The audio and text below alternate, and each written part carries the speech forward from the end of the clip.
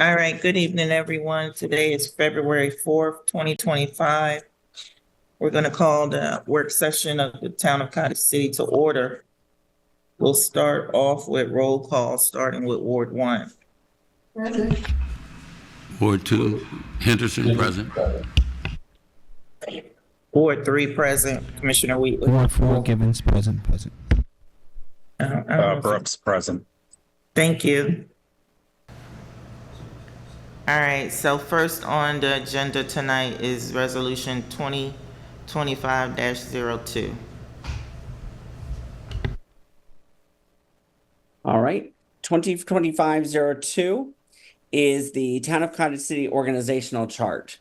What this does is this goes ahead and it will allow the commission to reflect the structure of the town set out in the town charter and code, showing the offices, departments, and positions as outlined in the organizational chart, which is the exhibit you see here. This will be helpful as we go into budget season. We will be placing this in the budget book. And so we would like to get commissioner feedback on any changes that need to be made before we take this to vote at the regular town meeting next week.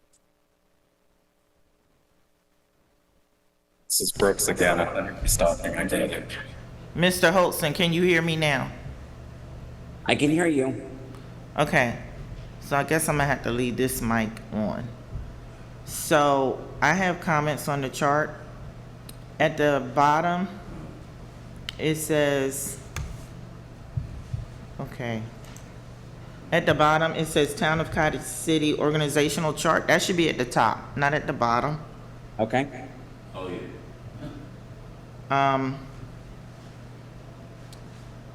The Board of Elections, it needs to be lower and more off to the side. Okay.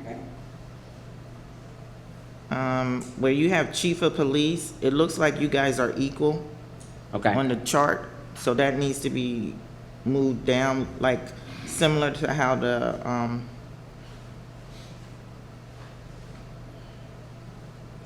and I'm a little confused, so you got the Public Works laborer, which reports to the town manager. And I'm guessing the police chief is reporting to the town manager as well?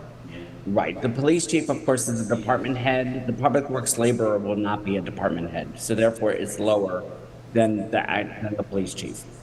Right, but it shouldn't be equal to the town manager, so it still needs to be lower. That's fine. Yep. I also have a comment when you're done. Okay. The shuttle driver is reporting directly to the town manager? Yes.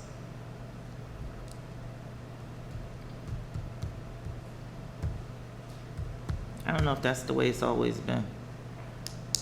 Yeah. Is it? Is that the way the shuttle driver has always, To the office and an office. is, okay, Yeah, because they're the ones who schedule their schedule. okay. But so basically what you're saying, as far as, correct me if I'm wrong, you want to take these lines here and put them off here like this, right? Right, Okay. right. Right. I don't know if you saw that. Can you see that? What I was saying? She just wants to move this line and bring it down. Is it like- Sorry, I can't hear Demetrius. Oh, he's coming back to the mic. I don't know if you saw. He doesn't matter. We can show you on the paper later. We'll show you. Okay. Commissioner Young had a comment. Yeah, it seems like the police clerk should probably report to the chief instead of the patrol sergeant. I believe that's how they have it set up now, but you can confirm with the chief. Is the chief online? He In any is. event, it has it here reporting to the sergeant who may not be. Is that how your structure is, chief? Does the police clerk report to the sergeant? I thought she did. Yeah, she reports to the sergeant. That's, Yeah, that's how he has it set up. Okay. Does the code officer report directly to the sergeant or to you, chief? to me, ma'am. Huh? To you? chief. Okay.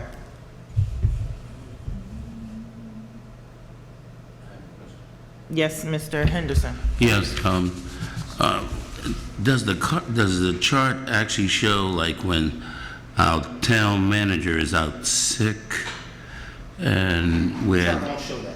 It won't show that? No, Okay. it's because that could be anyone. That could change and be anyone. Okay, just want to. So this is just to get established. Most towns have this in place, just to kind of give everybody an understanding of how the hierarchy works. Okay, I just wanted to know if that has to be in the structure. Okay. Thank you. I have one more comment. There's a comment in the chat, but we'll hear from Commissioner Young, and then I have a comment. Oh, you already gave yours, okay. So my comment is, this is the org chart for the structure of the government. That's correct. And so the residents don't play into this chart at all. We need to add residents to it. You're right. We should put that on there. It would be on the top. Well, you know. Yep. Yeah, I would think so. Yep, we'll put them in there. All right, there's a comment in the chat.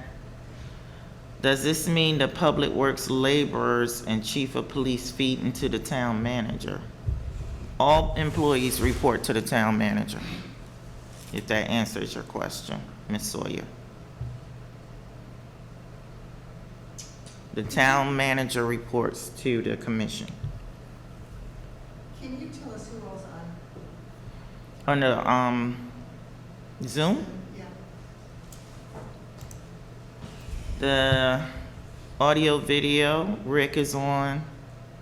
The town manager is on, the chief is on, Commissioner Brooks is on, Amy Sawyer, Todd, the treasurer, and Terry Shaw. I think Terry is with Todd, is that correct? Or is that someone else? I don't know who Terry Shaw is. That might be someone from the public. So that was Amy's comment, the last comment? Yes. That's it.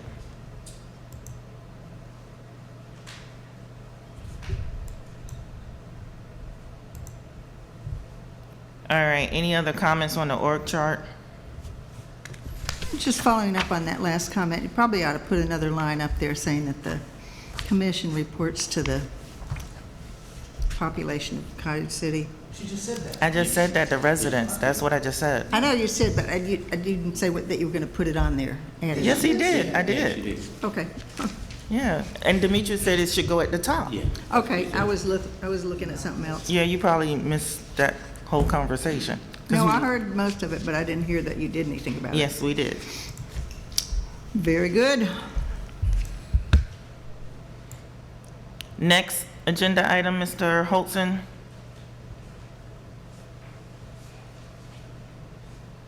The next agenda item is a resolution of the Cottage City Commission establishing essential staffing and modified schedules during times of need or exigency. So this basically establishes essential staffing during times of like snowfall or things that when we need them. So when snow accumulation is above 3 inches, all Cottage City Police and Public Works employees shall report to the town for duty unless excused in writing by the town manager. And the town manager will work with the chief of police to make sure work schedules are modified to make sure the needs of the town are satisfied.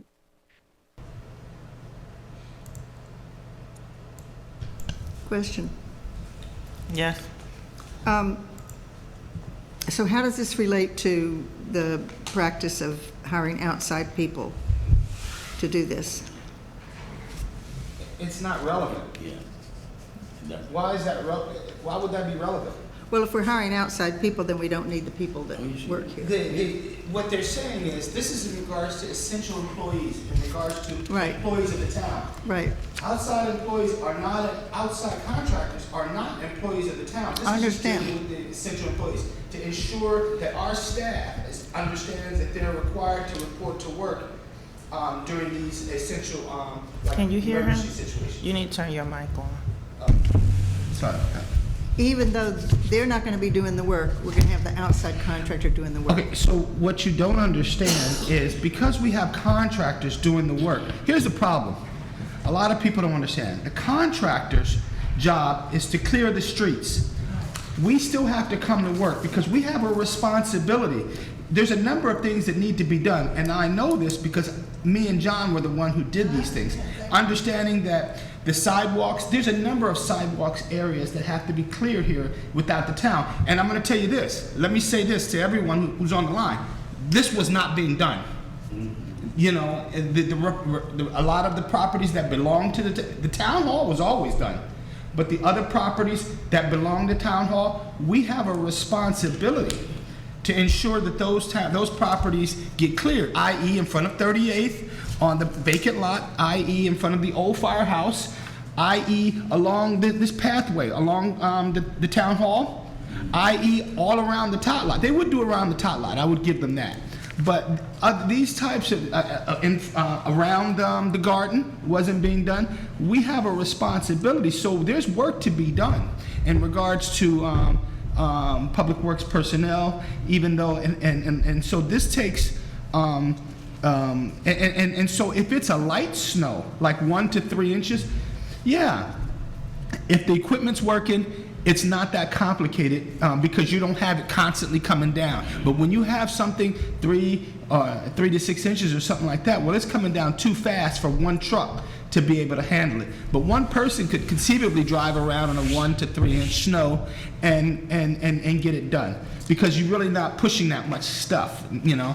And then even with the salt spreader, if the salt spreader was working, which it was not, all the way up until the time where all the public works personnel were here, they didn't get that working. They never sent it to the shop.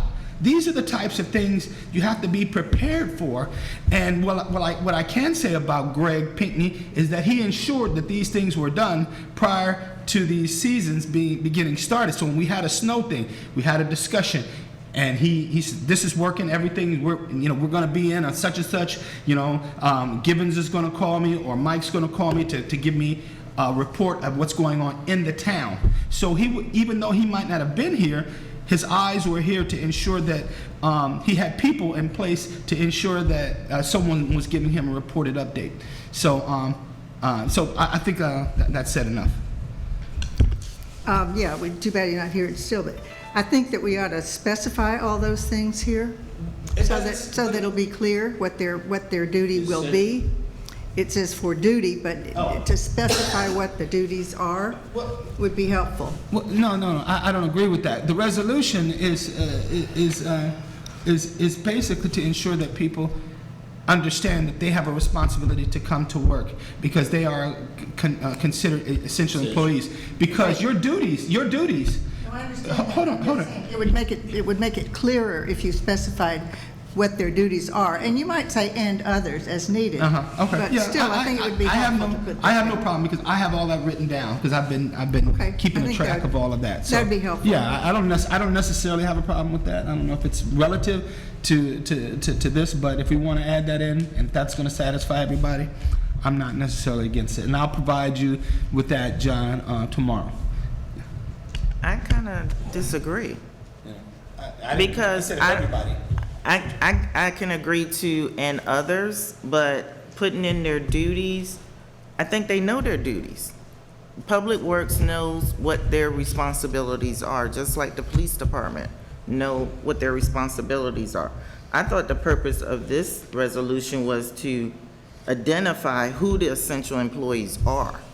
That's what I thought. That was the only thing this resolution was doing, was just identifying them, not saying what their responsibilities are or anything like that, just so that they know they are considered essential. Because currently our charter or personnel handbook doesn't specifically identify who the essential employees are.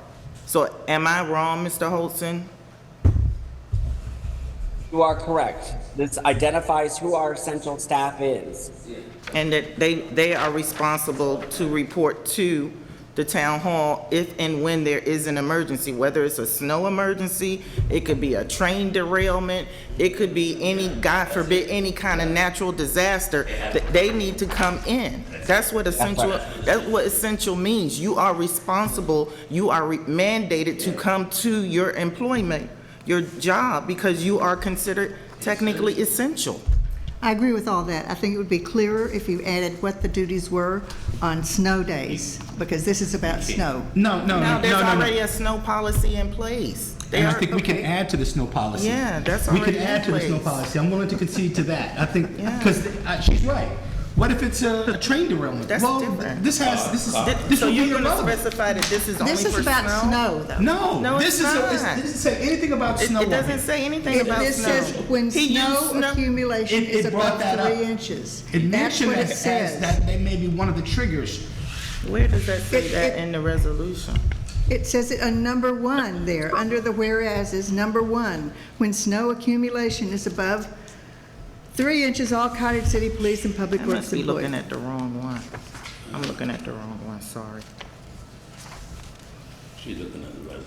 I'm just saying, there's no We're harm, not gonna put in. there's no and. harm in being We're not specific. gonna do that. We're not gonna do that because you can't identify what consists of it for every emergency. I know you say and We're not others gonna at do the This that. end. Brooks. We're not gonna do that. This is Let me Brooks. finish. Can I It please get a says you say second? Because and I've been others raising my at the hand end. forever. Nobody's raising their hands. I've had my hand raised for a I while. apologize, I didn't see your hand, sir, I apologize. No, sorry. Can I go? Yes, you have the floor. That's what I understood all this was, a resolution to, like, who we're designating, that they know that they're designated. You already know what your position entails, you know what you're supposed to be doing. You just need that designation to say, hey, I'm an essential employee, I understand that I have to come in for certain circumstances. That's what you need, the designation. Thank you. Just one Thank more you. thing. Hold on, there's someone else who has their hand raised. Chief Ayers, you have your hand raised? Yes, ma'am. In reference to essential personnel, you have to watch out for that, and that's something you watch the labor laws. If you call an officer in and they're off duty that day, they can be called in, but you have to be in what we call callback pay. In reference to the officers working that day, yes, they're essential personnel. They have to come in if they're working that day. They're scheduled to work, they have to come in. When you start bringing other officers in that are off duty, you want to pay, we call call-out pay. So I'm just, I understand the wording, you gotta watch the wording. So if they're working that day, yes, they have to come in because it's essential personnel. But we just can't call people in, without giving them, compensation. Oh, no, no, If they're no. off You would be, no. If they were off duty, chief, as you know, anybody that's off duty and you get called in, they're gonna get paid. Yeah. Of course, Yeah, but what absolutely. you're saying now, what you're saying, no, you get paid call out, you have to get special pay. What I'm saying is, if somebody's off, you can't force them in unless they force them because of a serious emergency where they get forced in and you have to pay them time and a half or some kind of fee that y'all gonna give them. I can't sell that fee because sometimes they give them double time or time Ain't and a nobody half. happy. That's something. That's something that y'all discuss later on. I'm just talking about right now. You don't have that in place. So if someone's off that day, you can't call them in for a snowstorm. No, you're mistaken, and I wish the attorney was here, and if you want to have that discussion next week, we'll have it. But what I will say, if you call them in, the labor law says that anything over 40 hours is time and a half. So what you're talking about, double time and triple time and all, that, I'm talking. Now, if you want to talk, then you can talk after I talk, or we can have this discussion in front of a lawyer, because I'm not a lawyer.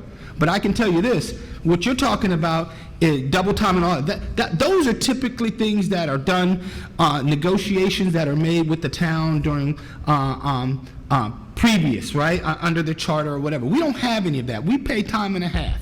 So Sundays, like I know in some jobs, they'll pay double time and stuff like that, but we don't have that here. We have anything over 40 hours, you get paid time and a half. So yes, if we bring them in from what's the name? Yeah, they're full-time employees, they're gonna get time and a half, as they should, so I don't understand where the issue lies, but if there's something that you don't understand or that you think that I'm incorrect on, then we're laboring the point here today because we don't have an attorney in place and to speak to it, and we can do that next week. Yes, sir. I apologize. I was trying to be clear with this. I'm sorry. I have one more comment. Yes. At the beginning, one of you said that we don't always have all these things done. It just seems to me that if they don't always get done, it would be good to specify what they are. If they're specified somewhere else, that's fine. But if you don't specify them, then it's unclear. Thank you for your comment. Mr. Holston, can you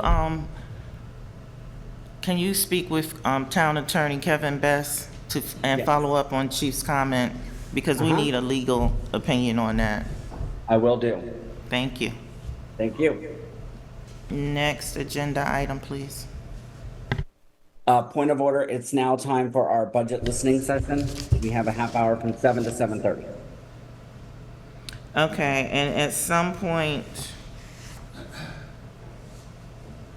we're gonna need to suspend the rules to take a vote in the closed session.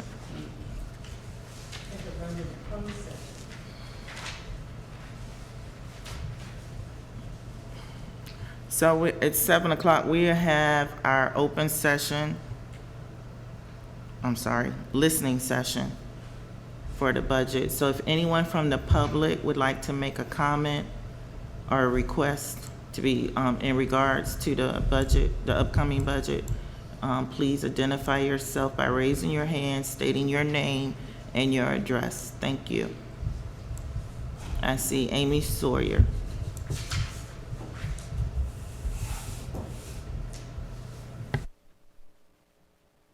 Hi, everybody. My name is Amy Sawyer. I live at 3713 40th Place, which is Ward 2. My only comment is that I'm not sure that residents have had any time to actually think about what to come forward and ask for or talk about. I only got the agenda yesterday. It came through at 6:18. That's about 24 hours. And the agenda is not in Spanish.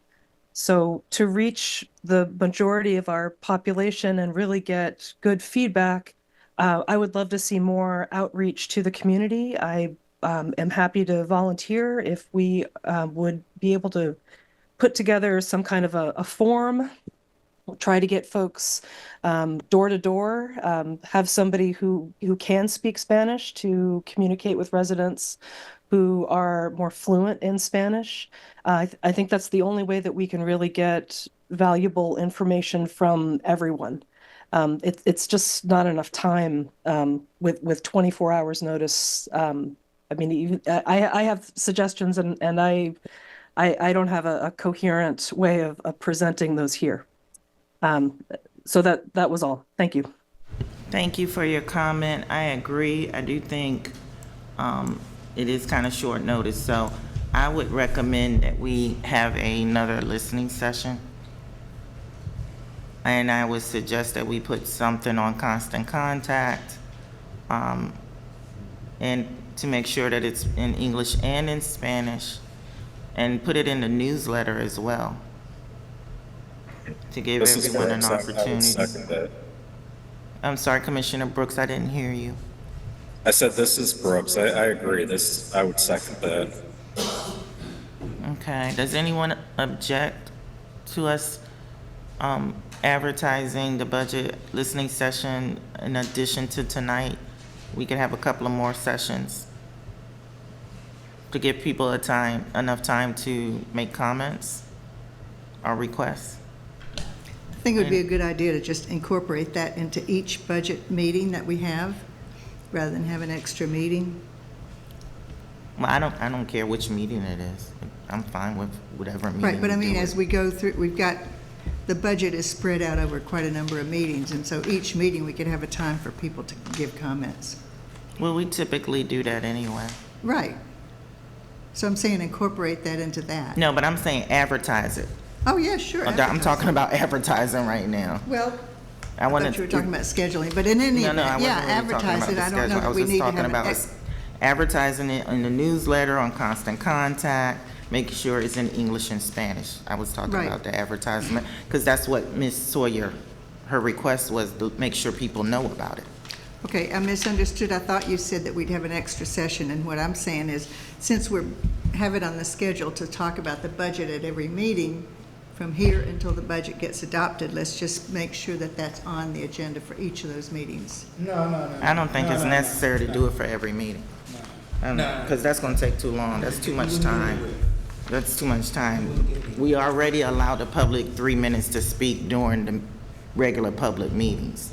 So the budget listening session, I think that's specifically to, and Mr. Holston, correct me if I'm wrong, this is when members of the public, other than like the Green Team or the Garden Club, would come and make requests. Am I correct in that?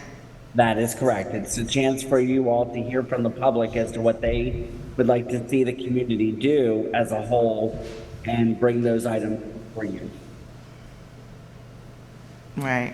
I think that's fine, except that I think it's also good to have each of the budget discussions open for public comment. There's other opportunities. If you look at the budget calendar, there are other opportunities for public comment, and they're all listed in the budget calendar that you all approved back in the January town Raising your meeting. hand? Yeah. Okay. All right, thank you. Commissioner Givens has his hand raised. All right, so typically, if it's not a lot of people, then that's not a problem. Listen to me, because I've been doing this for 15 years. If it's not a lot of people, it's usually not a problem. And the commission is usually, what's the name to that? But what we don't want to do is create an environment in which you put this out there and then you get a bunch of people that show up. And I left at 2:30 along with everybody else in here, one meeting, and that was absolutely insane. I'm not going to do that again. I'm not doing that, because all those citizens that came up here that wanted to voice their concerns, we're here to hear those concerns. But when we start giving them second and third opportunities to speak and so on and so forth, you belabor the points that have already been established, and then they go home and go to bed. We were here to 2:30 in the morning, still trying to do the work of the town. And what happens is that precludes us from being efficient. Our responsibility is to be efficient to them. I have no problem listening to the residents, even along the way. But what I'm saying is I don't want to create an environment, an established protocol in which you create this, and then all of a sudden all these people show up, and then we get nowhere in the budget, and then we're here till midnight, and and that's absolutely insane. So again, along the way, if it's civil, if it's we're not, and it's not obstructing to the budget, and that's then yeah, no one's I think as the chair running the meeting, I don't think that she would be opposed to that. But if it comes to the point to where we start to kind of get long in the tooth, then we need to because we need to curtail that, because at the end of the day, the responsibility is to give people an opportunity to be heard, and we do that. But we don't want to put it to the point to where you have 6th, 7th, and 8th commissioners, and we're going on a round table, and we're not being efficient. So, everything, they elected you for a reason. They elected you for a reason, and the citizens are to be heard, and we should hear them. But again, we don't want to create an environment in which we prolong these meetings further than they to the point to where they become unbearable. Because then that's where you start. That's why a lot of commissioners are not here today anymore, because these meetings were going on to midnight, arguing and fussing and amongst each other, And we're trying to progress. We're to a point now that we've grown. And I think that we're successful, and we're still listening. But we got to do it in a way which makes sense. I yield back. Anyone else from the public would like to speak during this time pertaining to the budget?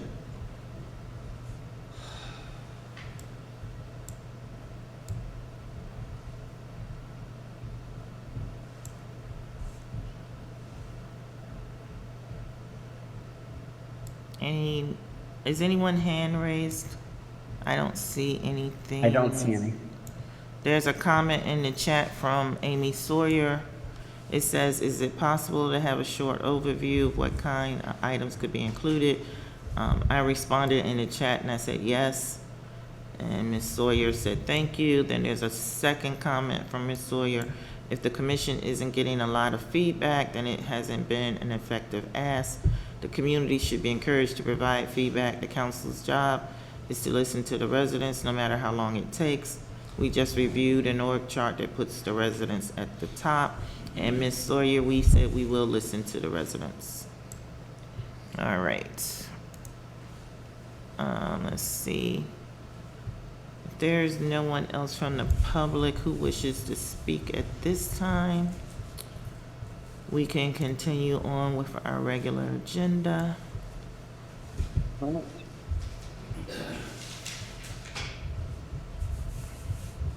Our next item is Commissioner Priorities and Goals. This is part of the budget, something that we need to start identifying. What are your priorities for fiscal year, of course, this year and next year, so that can hopefully fund some of those things, looking at grants, looking at opportunities.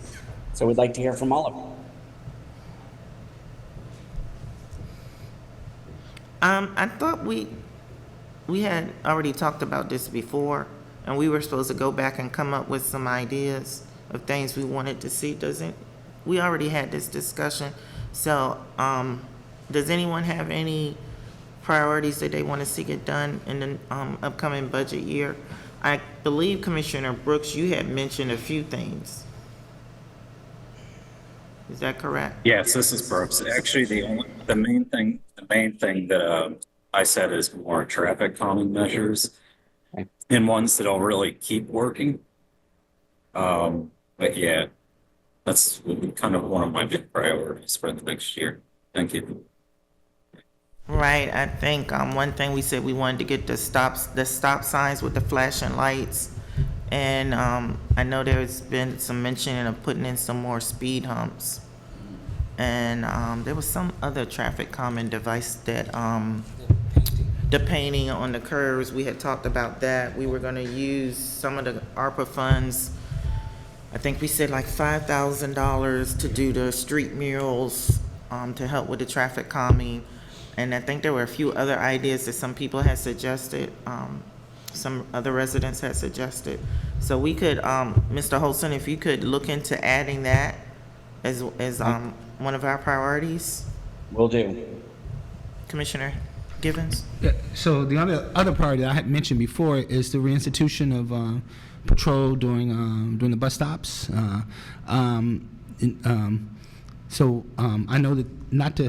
I know they can't sit at every bus stop, but the mobile opportunity to kind of drive in a pattern that we're to the bus stops back and forth or whatever during those particular times. I think that would be good.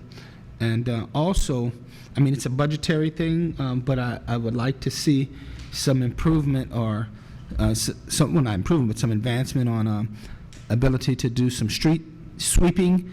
But I have some ideas that I'm going to bring forth during the budgetary process, because at the end of the day, we still have to keep the streets clean, and I'd like to go ahead and, with the commission's approval, work with John. And you guys approved it before, but to remind everybody, I wanted to do this thing called trash and treats. And what it was is I do have a resident in my neighborhood who's really and she's been doing it even when Public Works was here, picking up trash when she walks her dog. And I thought I said, wow, that's I said, well, you don't have to do that. She's like, no, I like to do it. And I just thought maybe it's an opportunity to expand that, to give people the opportunity, since they're walking the dogs anyway. And if they bring a bag of trash, and we would give them an unopened treat, to select from, or a toy or whatever. It's just like a gift or what's the name, and to help us keep our streets clean, especially, with trash blowing around from trash cans and people not throwing things in the trash. I yield back. Thank you, Commissioner Givens and Brooks. One thing I'd like to see us do, and I've been talking about this for a while, and I've been attending the EMOD meetings, I really would like for our CERT team to get a CERT team back up and going. We used to have a very strong CERT team along with Colmar Manor. And so, God forbid, we have a catastrophe here in our town, and we don't have a proper response team to help assist our residents. So that's something I've been trying to get put in place for a couple of years now. I know the chief attended a few meetings with me, but we've never really gotten it off. So I would like to see an emergency plan put in place for our town. Is that something that could be done? Yes, definitely. Thank you. Let me see.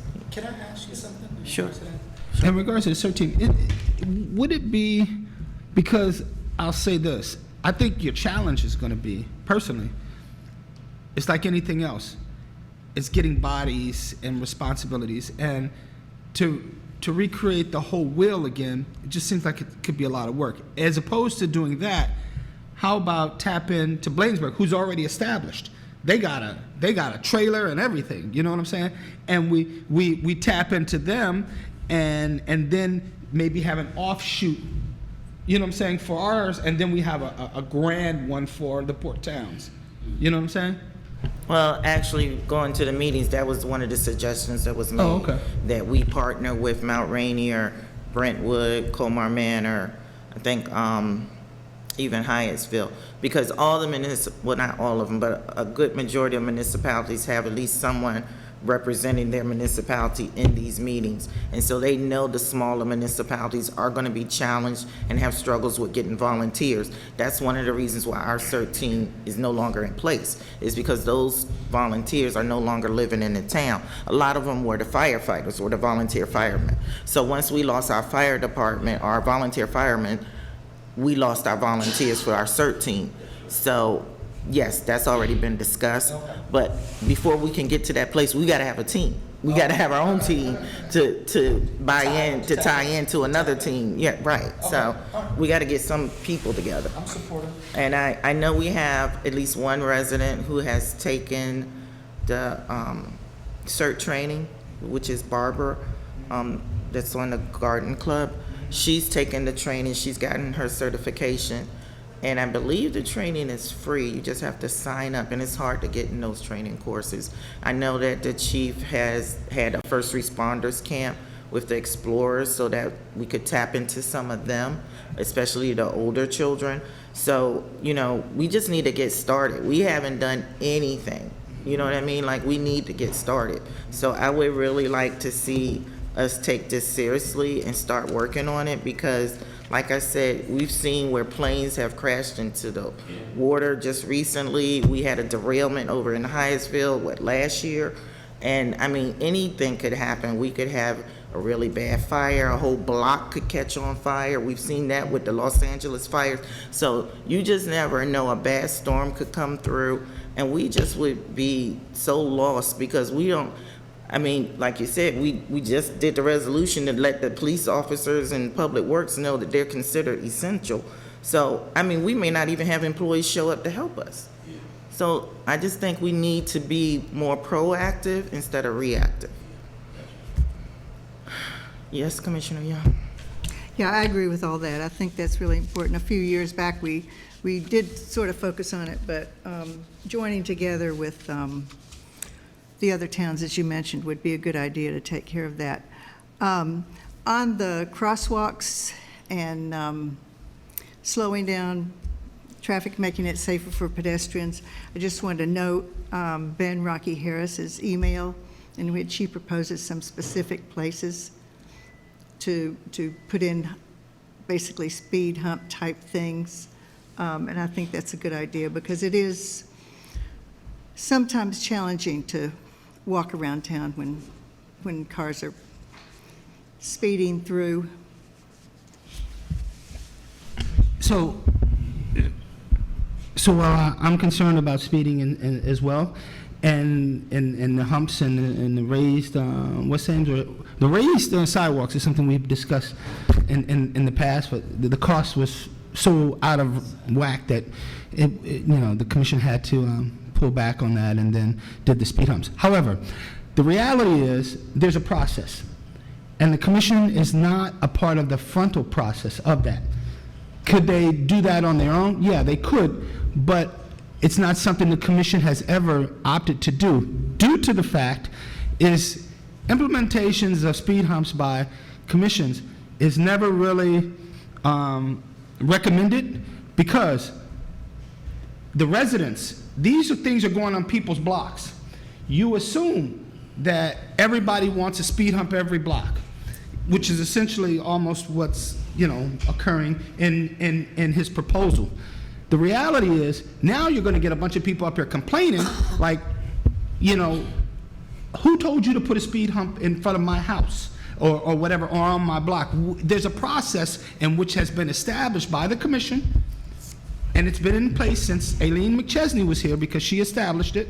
Again, I'm not opposed to it. What I'm saying is you got to get the buy-in from the residents. And once you get the buy-in from the residents, then the commission can consider the implementation of those and based on the budgetary constraints. Sure, and I agree. I'm just saying, I think it'd be important and good to start the process of doing whatever we need to have portions of meetings be set aside for that.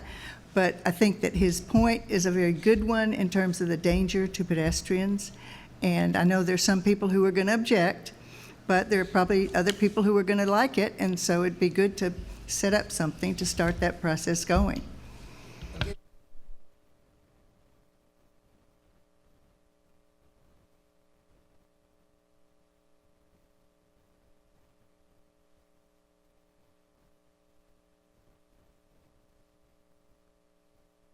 As a commissioner, I didn't think that it was prudent for me to do that and then have to turn around and vote on it, from a resident. And so it is the responsibility of the residents on that block, whosoever would like that, to create that. But to have a conversation about a blanket, to place in certain places, it's not something that the commission has ever done, and I could never support that, because then you'd have a bunch of people up here complaining about we violated the process that we put in place previously. Whatever process we need to go through, I think it's important to start that process. You're not listening. You're not listening. I agree. You keep saying we need to start the process. What you need to tell whosoever is they need to start the process.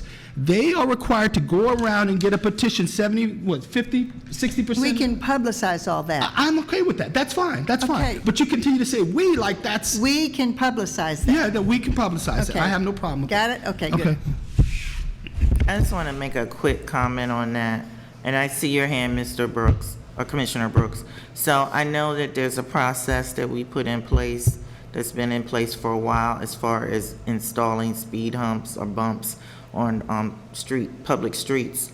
But I also thought that there was an option where if it's a public safety issue, that we don't have to go, or the public doesn't have to go through the petition process. If we deem that it's a safety concern, we can install speed humps, because we did that in Ward 1 for, I don't remember which street it was. It might have been Parkwood, where we installed the speed hump, and we didn't use the petition process because we considered it to be a safety issue. Am I wrong in thinking that? There was some communication with the residents. I know there's still communication with the residents, but I'm just saying they didn't have to go through the process of doing a petition. It was already done. Let's be correct about it. I don't remember. I know, because Greg, I remember it used to be a temporary one there. So one was done. And then it was removed, and then they were supposed to get a permanent one done, and then they didn't get it done. So when it came back around as a complaint, we went on and did that. They went on and that it was done without a secondary petition being put in place. But, so, if the commission, and you guys have the right to outvote me, but I'm not voting on anything in that regard. It would have to be a severe concern, safety concern, in which I would consider that. And I don't think that it's that much of an issue to go out and get the blessings of the people who live on the block, because they have to live there. They have to circumvent that traffic pattern. I might not necessarily have to do that, and then having one on every block is definitely a pain in the butt, just for the people who live within the town, and that's what some people do not want to see. I yield back. Thank you. Commissioner Brooks, you have the floor. Yeah, I was just gonna say, Ann, you can always, I think we had this, months ago where a resident came in, they said they needed, they needed a speed bump on their street. And I said, if you want that, I'll even come out and help you. I don't live on the street, but I can come out and say, hey, so-and-so is doing, this sheet, would you want to sign it? So you're welcome to go out with people and help them. I think it was said that we shouldn't do it, but you can. You're helping residents though, and you're not trying to talk people into it yourself. But there's spots in this town that we really do need speed humps. And if somebody wants to start a petition, I'll be happy to walk around and get signatures. Thank you. Thank you for your comment. Any more priorities, Mr. Henderson? Do you have any priorities or goals you would like to see? Well, one thing I was going to ask, do we have a alert, like a long time ago when we did the firehouse, when something went wrong in the town, it would blast off just like a foghorn, to alert to all the residents that something was really, really going on in this town that was, an emergency. Just like you mentioned, siren. Yeah, siren of some sort. Or like the hurricanes coming and you have to go to your basement, besides the radios and, like a train wreck, like you mentioned, chemicals. Could we have one of them in place, some sort? Because you never know. Your wires could be down, communications could be, cut. I know long ago we had one that used to really sound dull when I was an early resident here in the town long ago, and it was down at the firehouse. Because a lot of volunteers lived in the town. Yes, and they used to run to yes. Not everybody had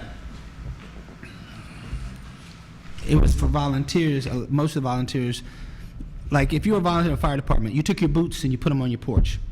So everybody knew you were a volunteer firefighter. When the siren went off, you didn't have to answer your phone. It precluded them from having to pick up the phone and call 20 guys. It kind of got you the attention hey, we got a fire. If you're available, come report right to the firehouse. Chief Ayers, your hand is raised. Yes, Commissioner Givens has said it. It's for volunteers. I used to be a volunteer when I was 16.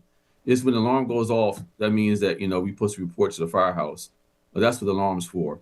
Right now, county's not, Homeland Security, they have it set up to the point where it goes to everybody's cell phone. In case of any kind of disaster, any kind of problems, alerts will go to the cell phones for the people in that region, that area. So they have that in place right now, Mr. Henderson. But I understand what you're saying. For those people who have cell phones, we can see what we can do to probably try to do some kind of robocall to people's houses. I'll look into that for you.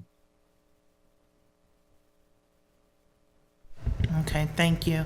Another thing I would like to see done, I would like to see this pedestrian bridge fixed. I don't know what else we can do. We've written so many letters. We've talked to our elected officials. We've gone to the state. I don't know what else we can do, but I would like to see that bridge completed. I agree. I would also like to see our red light camera system back in place. It has been down now, I would say probably a year.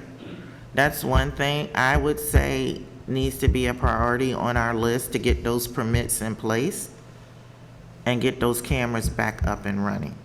Because as we say, we want calming devices, traffic calming devices. Well, if people know that the red light cameras aren't working, they're gonna run those stop lights, those street lights, because they know the camera's not gonna catch them. So I've seen people run the red light, and I'm like, oh my God, how'd you do that? And they just know, I'm not getting a ticket, so I'm gonna run it. So if we have the cameras back up, that'll slow people down from, running through those lights. Commissioner Brooks, your hand, is it still up from before? Or is that something No, different? I was gonna add to what you said real quick.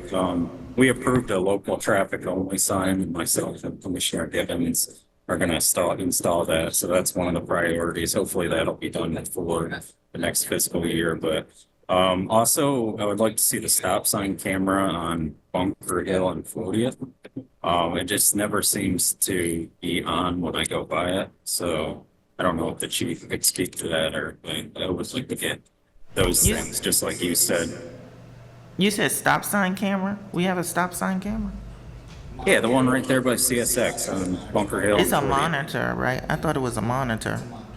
It's a It- monitor. It's not the, No, I no, think it doesn't enforce the law, but it does, it can it turn. deters. It deters. I talked to, Drew the other week. He's supposed to, have somebody come out there to, replace the bulb, something in the wiring in there. So he's gonna come out there and take care of that.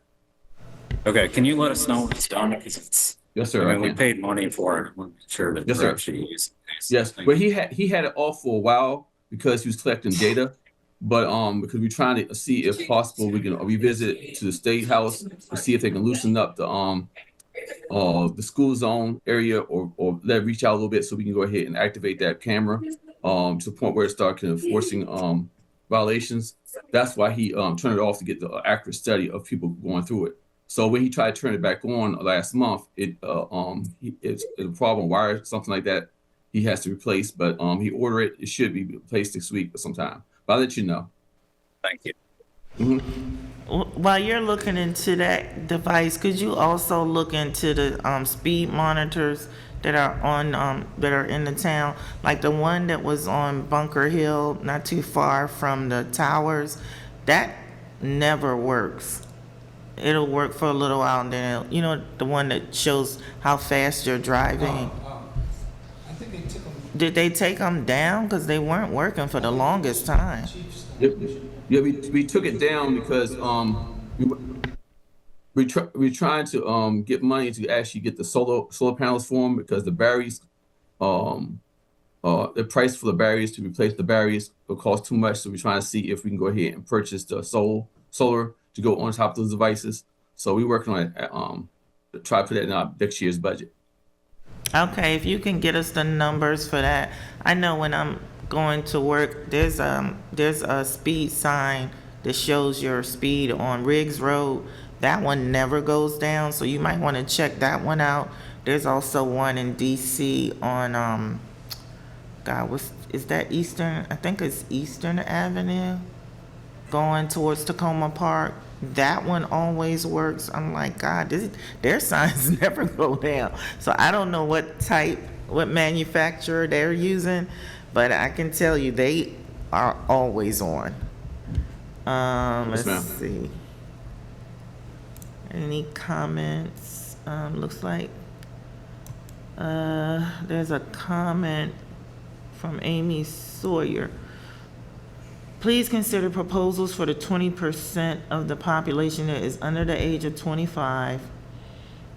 I don't know what this 259 of 100 and 259 of 100 of 1,335, and the 60% of the population that speaks a language other than English at home.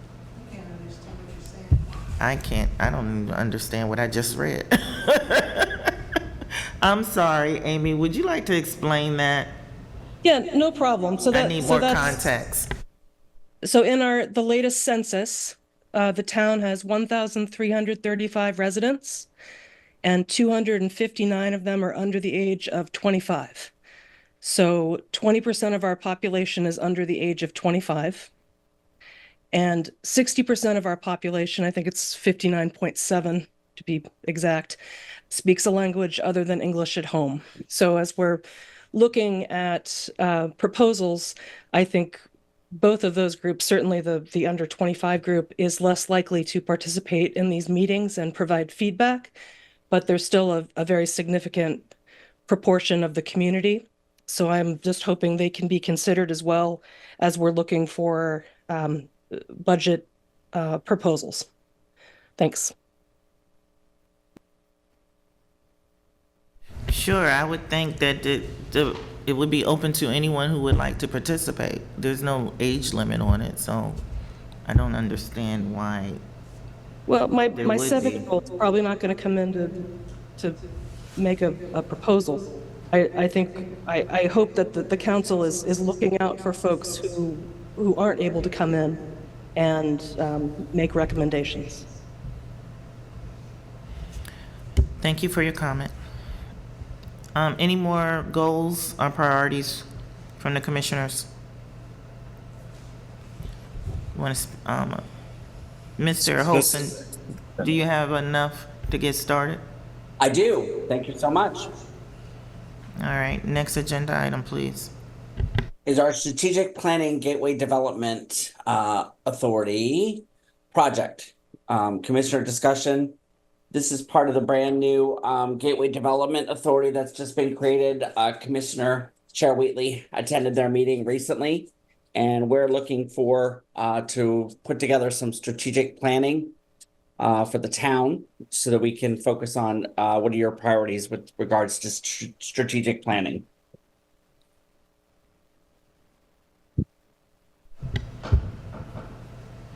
So, just to bring you up to speed on this, this is the project that Senator Augustine put in place. He put it in the budget. There's the budget for the program is $500,000. There are 6 municipalities that are participating.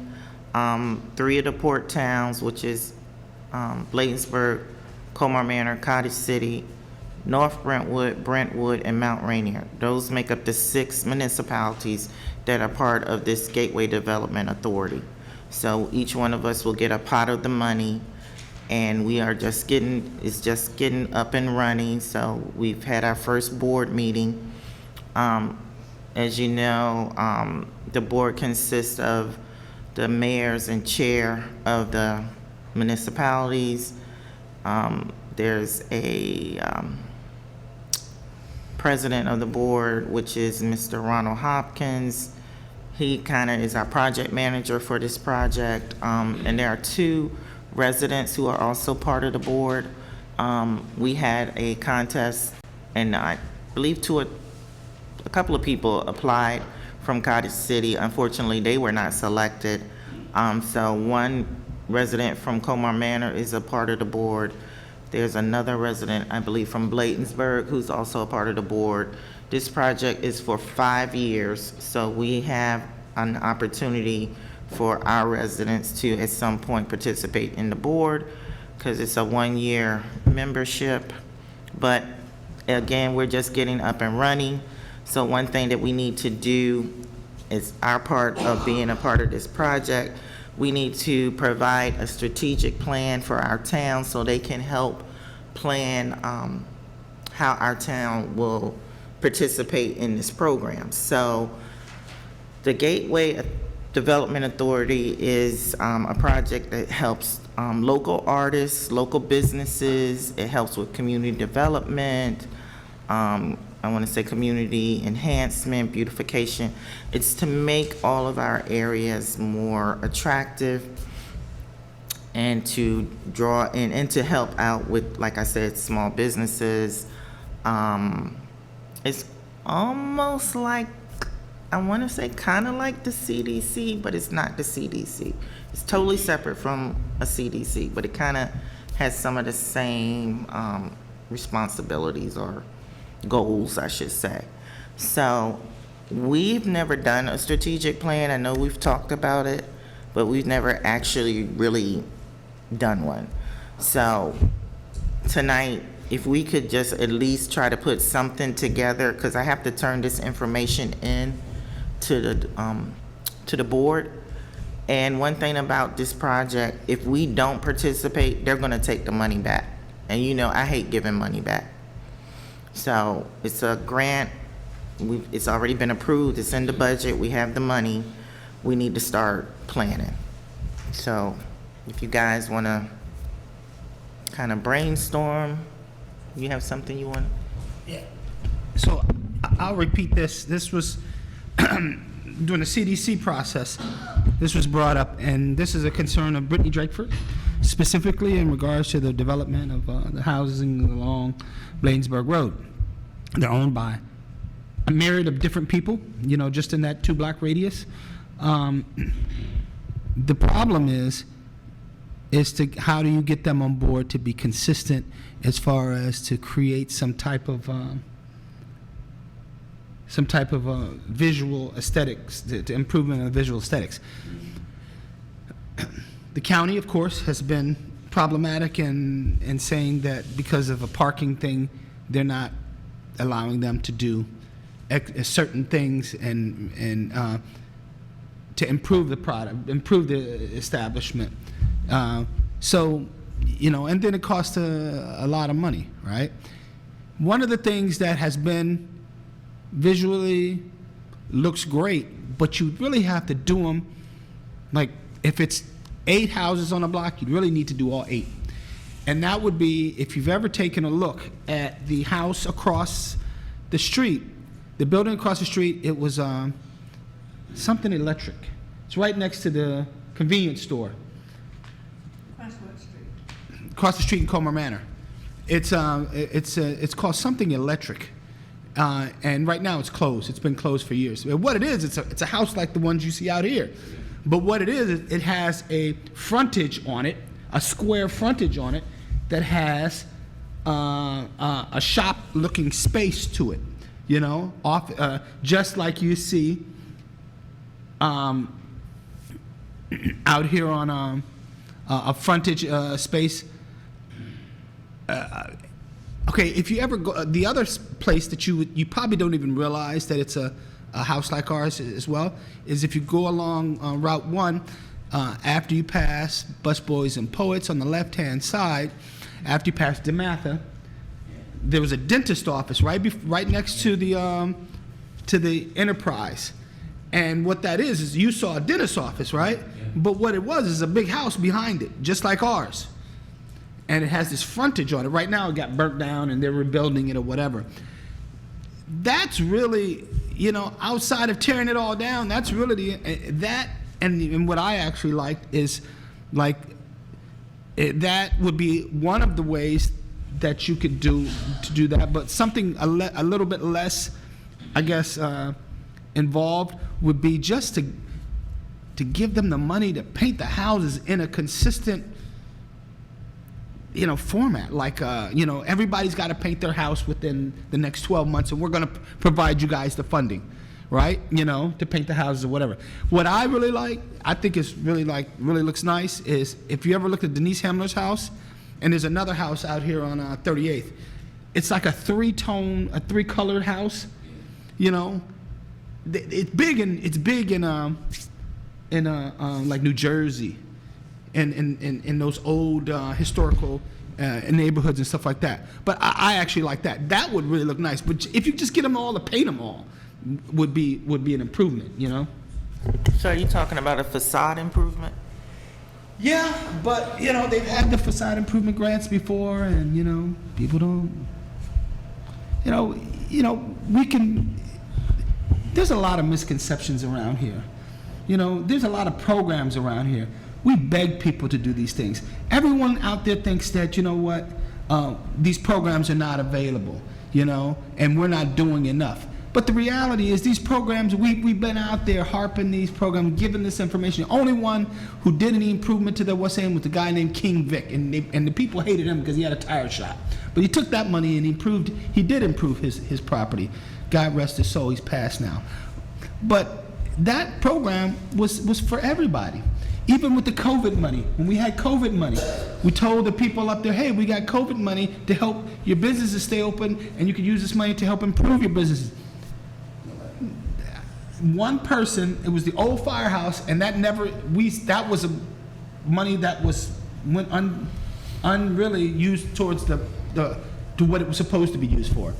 So I get what you want to do, and if you can do it, God bless you. But the reality is, I mean, I guess you don't stop putting it out there, but it's not as easy as some may think. Because some of the businesses are not even like open anymore. The copy place is gone. You know, they're working on the one down at the corner. They are improving that one, thank God. You know, right next to you on your street. A couple of people live in the houses. And the people that live in the houses, I like the Spanish lady over by the lock place. She keeps it up nice, you know. The lock place, I mean, he's like, what do you want me to do to it? You know, I don't know. So anyway, something to consider. I mean, with the strategic plan, it's not just the businesses, it's also helping artists. We have a lot of local artists in our community that we could help with this money. Help, I believe, former Commissioner Armache was talking about having a studio in the area. So we could help with that, like they have in Mount Rainier. They have that studio for all their artists, like and the artists live above the studios. They live in the building where they actually work. So, I mean, there's so many different things you can do, but we don't have anything written down to say what we want to see happen in our community. So in order for them to help facilitate any improvements in Cottage City, they need to know what our ideas are. Yeah. Well, I'm not big on helping you with that anymore because I'm not that as tied in to what's realistic. Mm-hmm. I gave you what I thought was doable. Mm-hmm. I would suggest you talk to Brittany Drakeford. She seems to have a lot of ideas in regards to it, and maybe she could be a really, you know, firecracker to help get that off the ground. Because she was really involved in that. So. Okay, but I still would like to hear from the commissioners. Oh, okay. Go ahead. Commissioner Young. Yeah, I think we need to put something in the newsletter asking for ideas from people, asking for suggestions from people, and letting them know that this is something that's on the horizon, so that it's not just us and the few people who come to the meetings, but everybody out there. They might pick up on it and come up with a really great idea. Thank you. Commissioner Brooks, you have your hand raised? Yeah, I agree with everyone. Talk to the community, especially Brittany. She really does that. But since you want to hear from us tonight, I think we're becoming more of a walking community, and it would be good. I'm not much of an art person, but it would be good to, you know, we as a community kind of join this art culture that's going on around us. Like I said, we're becoming a walkable community. It'd be great to see some local sculptures and things like that to kind of add to our walks as we walk around town. Thank you. Thank you. I'll make note of your comments. Commissioner Henderson? Yes, I'd like to, have we ever had any of the businesses right along that, right along Bladesburg? I know a lot of, it's mixed languages and everything. So have we ever had them come together with the commission or? Yeah, so what happened? Over? Yeah, they did. So what happened? No. He's asking, did they ever have come an up? opportunity to come? So what happened was, Mr. Rufus Lusk, who owns a shopping center across the street, he used to have a monthly or quarterly meeting of businesses and stuff like that. And at one time, we really encouraged our businesses to go. And a couple of people went, you know, not a lot. A couple of people went, i.e. King Vic, you know, and I think the guy from the copy machine place who closed down. He still owns the building, but it's not in operation anymore. The other brick building where they were doing the parties, that was a state farm. He's not in business anymore. And so the use of these properties up there are not really those houses. I'm not talking about the property, the businesses along by next to the firehouse. Those are opportunities, but the ones that we seem to have a major eyesore and concern with. Most of them are not in operation anymore. At one time, Jay Shin owned like 4 of them, and then he couldn't get everybody on the same page to try to come together to tie them up to sell them to developers, so he started selling them. He sold the firehouse, the old firehouse. He sold the house, the greenhouse that they're redoing now. He sold, and he still owns 2 other properties along there, but he's eventually going to sell those too. Because he just, but he has someone living in one of them, and it's a house. So, he's renovating it now. But most of those that look like houses are being used for not as businesses. Outside of Lamar, Locksmith, even the nursing supply place. I've never ever seen anybody going in there. That sits right there in the corner. I don't even think they're operating anymore. I never see anybody even in there. So coming back at that issue. So how can you advertise outside your house that you blah blah blah, and that's not what it is. And I mean. Just like, suppose I own a house on the avenue, and I said, this is a nursing school, there's a large sign sitting there. How do you get away with something that doesn't exist? What do you mean doesn't exist? They're not really doing it. They're not really. It's capitalism. Yeah, it's not really a nursing school, but you have the sign saying nursing school, and there's something else going on in the house. So you're advertising as one business, but you're conducting a different business inside? Yes. How do they get away with that? Yes. I have no idea how they get away with it. But we don't even know what business, I don't think there's any, first of all, I don't think any business is actually going on inside of it. And it may be that is they have the right to storefront and whatever and not do any business and not bring a dime in. They might be using it as a write-off of some sorts. So long as they're not doing anything illegal, they're not in violation of anything. As long as they're paying what their required requirements, they're not obligated to have their doors open ever or keep them locked or whatever, or to. So long as they're operating within the scope of their licensing, And right now, like I said, I've never seen anybody, and it maybe they just come there to sign up and then they go train somewhere else. I don't know, but I don't really know their model. But I've never seen anybody going in. All right. I'll look a little more into it myself. Yeah. Okay. Thank you.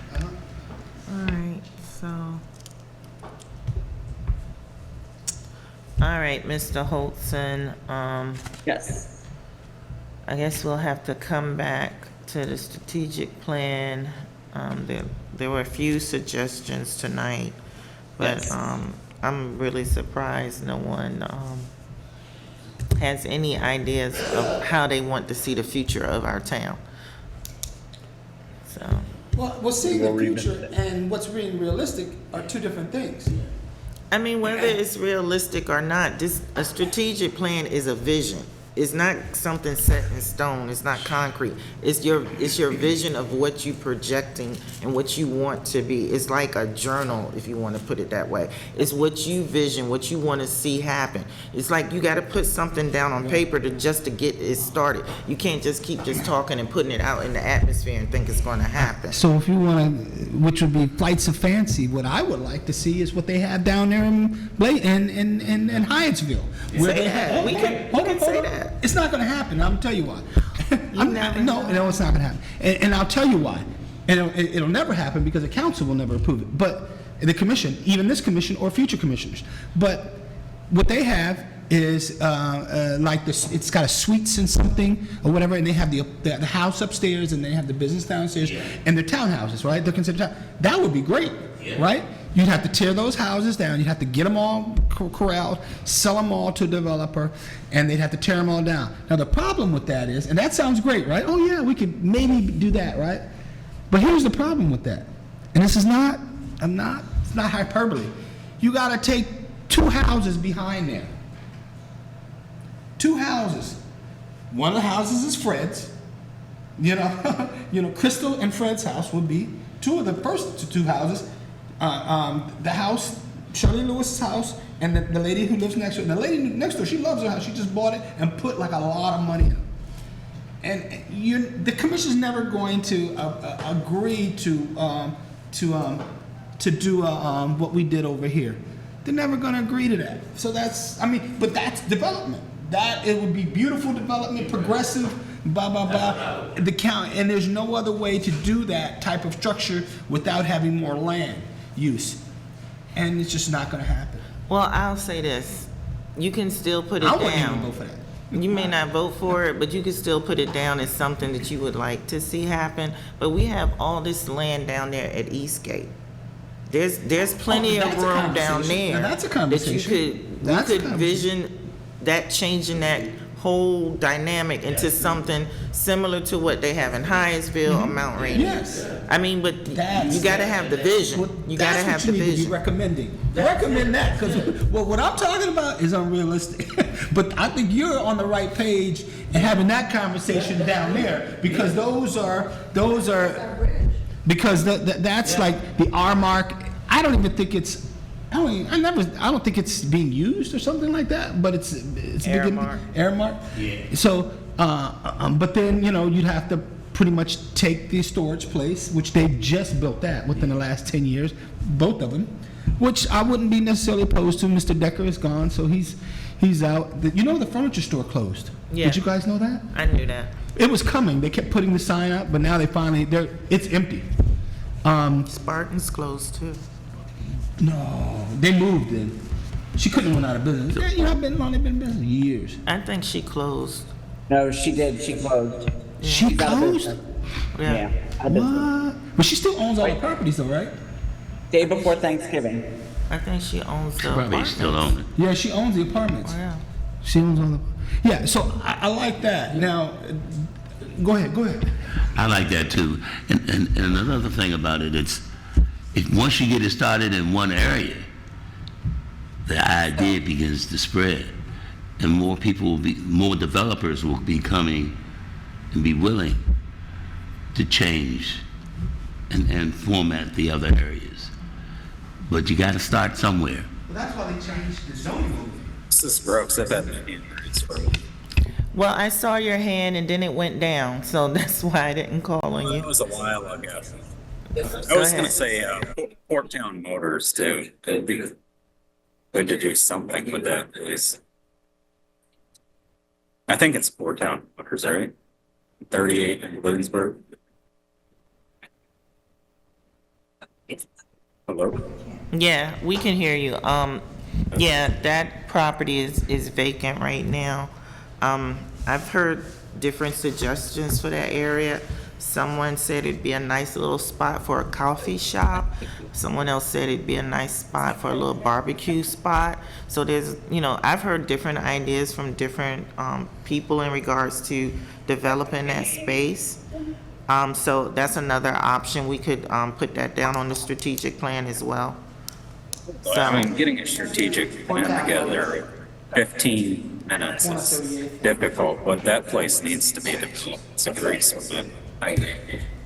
Commissioner Brooks, your audio is going in and out. It's breaking up. Can you hear me? We can hear you, but it's choppy. Okay, yeah, I'm out, but no, I was saying it's, that's a great spot for development. It's difficult to put a strategic plan together over 15, 20 minutes, but I think that would be one of the key spots for Cottage City. Thank you. Thank you. I just need a few ideas to give them because I don't want to not be participating in this project. So what I would say, as far as the Port Town, no, I'm at the Eastgate, is the development of apartment buildings like they're about to do over there in Mount Rainier. They just, someone just sent me that, where they're going to be launching that, where you have the businesses down below and the condos and stuff like that up above.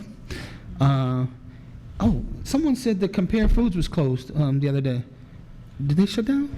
I would not be surprised, because they were barely hanging on. That was eventually, that was gonna Bill. happen eventually. Changed ownership about a month ago. Did they? Oh, they've changed ownership, yeah. So where are they going to be now? They're still operating the grocery store, but it's a new owner. Oh, yeah. Compare Somebody Foods. keep us in the loop. I didn't know they closed. So what? Can somebody keep me in the loop? I can't hear Bill. Are they closed? He said they changed ownerships. There's a new owner that came in and bought from them about a month ago, but they're still operating as Compare Foods. One of our residents contacted me just off the, I guess, I'm not sure what was going on, but she said like 2 days ago or yesterday or day before. It was either yesterday or day before. They said they went over there and they were closed. So I don't know if they're closed today or whatever, so I'm not sure. I didn't check. Well, like I said, I'm not surprised. I know they were struggling to hold on to that business. But I got a couple ideas. We can put something together. And we can move on. All right. Next item on the agenda is the job description for the laborer for Public Works. With the resignation of employees, we're now looking to hire a full-time skilled Public Works worker in Public Works with the hope of getting someone here that can help with trash and various duties here in Town Hall. And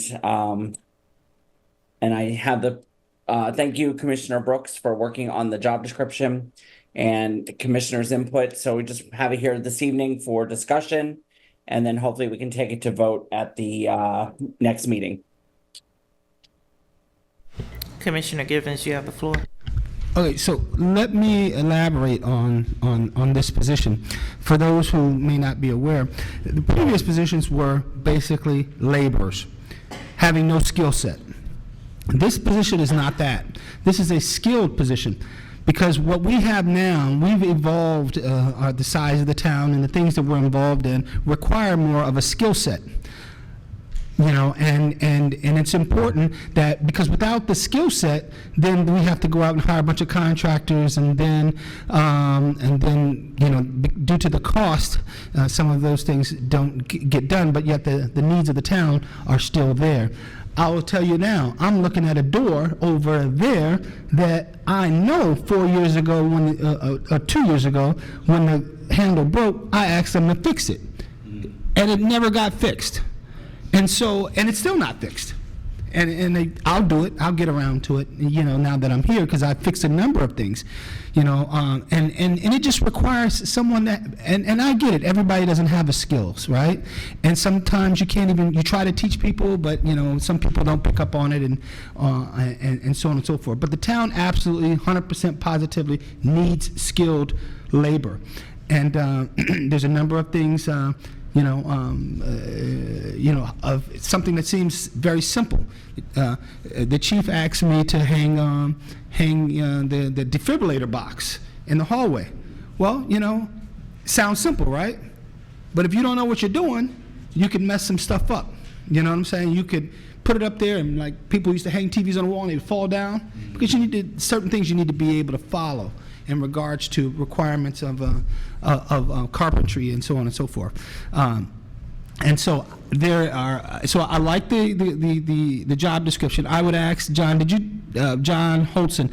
Did you take address those concerns that I had in regards to the Bobcat?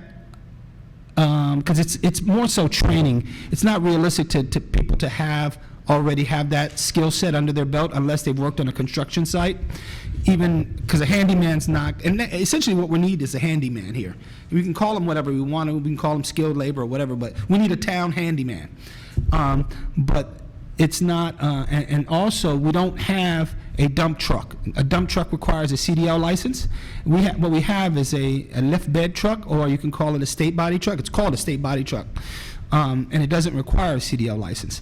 And so I want to make, and if they don't have training on it, which is just a regular truck, you know, and you just push a button and lift it, but then they just have to be willing to be trained on it. And also, what I advocated for was the willingness to be trained to get a CDL license to be able to drive the big bus that we have, the 25-passenger bus. The willingness, they don't have to come in with that again, because you're asking a lot of specific skill sets. Because people who got a CDL license, they can go get a job already making $30 an hour. You know, just driving a true dump truck. So, were you able to make those adjustments, John Holton?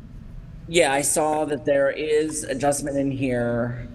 It does say operates Bobcat dump trucks, cement cutters. It's got all that material in there. Commissioner Brooks basically made the amendments to it as well. Let me go look at, you got it right there, right? Let me go take a quick. I didn't make the last updates that we talked. I didn't. I got caught up in meetings today. Didn't get a chance to do it. But I think we can just let John know. Yeah, we can do that. That's easy.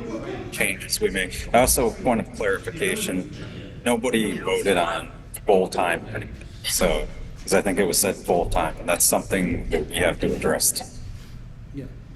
So in regards to part-time, full-time, you know, the reality is that without the skill set, there's not enough work here in the town, and that was just the reality. And as well as, you know, making sure that people were in attendance on a consistent basis. But there's a lot of work. There's a lot of things that I've done, and you know, to try to and we'll get into that later. But that needs to get done. If you're asking for someone who has a skill set to take on a part-time job, they're not going to do it unless it's like when they get off of their regular job. Because if they got these skill sets, why would they work for you for 6 hours a day?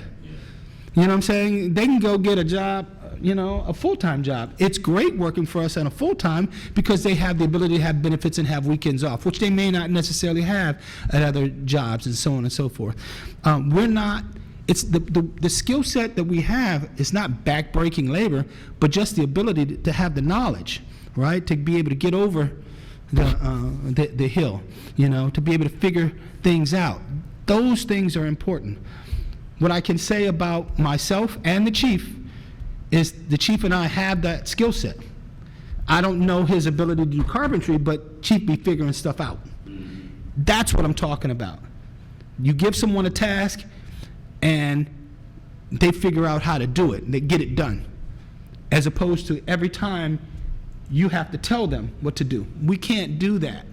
We don't. John Holton does not have the time and the ability to continue to do that. He doesn't have the knowledge of some of the Western End. He don't have the time. So you got to have a what they call self-motivated, you know, to do strategic thought processes. So, and again, you got to pay for that, and you know, and that comes with so if they ain't worthy, I'm gonna be the first one to tell you they ain't worthy, and let's get rid of them. But also, when we hire this time, where we've hired in the past, I put together a skills test. So I want to know that you truly have the skill set that you have a claim to have had on your resume and so forth, because that's important. And then there's still also a probationary period in which we ensure that you're doing, you know, because if you're not figuring this stuff out or doing the job or coming to work or messing around, shucking and jiving, then you know what, then we're gonna move on. Because we need people here to ensure, again, it's not hard work, but it is a lot of work, consistent. So I yield back. Commissioner Young? Yeah, just one question. How do the finances on this compare to the previous finances, which we laid people off or cut them back to save the money? Well, that problem was not, that was, while that was a part of the rationale, that wasn't, as you know, that was not the only rationale that we had used. That was like a byproduct of the true issue. The savings was a byproduct, but that wasn't the relative situation of what we were facing. That just so happens to be, as a matter of fact, because we're having these issues, then we also have the ability to save money because we have the ability. The reality is, we have the work, but we need the people to do the work. But what was the true issue? I don't have to tell you that in an open meeting like this. You know the meeting. We've had these discussions. And if you want to have it in a closed session, we can have it again. But we can't have that discussion here, the issues at an open session. It's a HR issue. I'm just surprised to hear that, because the reason that was given was that it was a financial issue. We said, no, we didn't say that was, we said that was one of the things. Hold on, someone is talking. We said it was HR issue, and we also had the ability to save money. Now, what we probably should not have done is spoke more about that, and because what happened is it allowed people to gravitate towards that aspect of it. You know what I'm saying? As opposed to, you know what, we were trying to do some nice things. And you know what, by us trying to do some nice things, people took it the wrong way and it backfired on us, and we got all of the contention. When the reality is, we should have done what we were supposed to do and dealt with the true issues, and then, you know what, that it is what it is. You know what I'm saying? But we were trying to give people, we were trying to do some nice things to give people some abilities to do something else, and also give us the ability to free up some of our funding if you're not going to be able to do the work, because you already know the issues. Okay, so how much extra, how much is this going to put back into the budget that was supposedly taken out of the budget by cutting back on those positions? At this point, I think we need to move on from that particular comment. Commissioner Brooks, you have your hand up.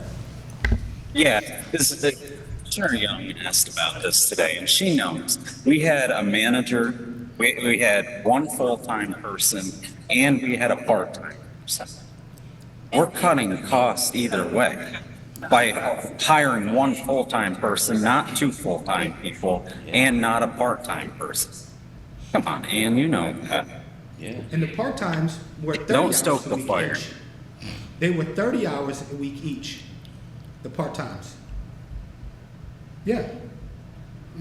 They were 30, each of them were cutting back to 30 hours each. And this is just a 40-hour-a-week job. Okay, well, at some point, if there's a way to compare the financial amounts from before and now, that's something that I'd like to see. And also, what are we going to do about code enforcement? Well, I think right now, our current situation is that we do have someone who's doing that in, with the police department is taking care of that, and that will continue, apparently for a period of time in which we should talk about that in a closed meeting, and that's really, we shouldn't talk about that here. And you can, I think in a closed meeting, if you want to ask the chief more in depth about that, you can. But we do have someone covering code enforcement. Okay. Also, I think if we're going to continue to have a code compliance officer, that's something we would discuss during the budget. Yes. That's when we would discuss that position. So we already have a job description for code compliance, if I'm not mistaken. That's how we hired Mr. Folks.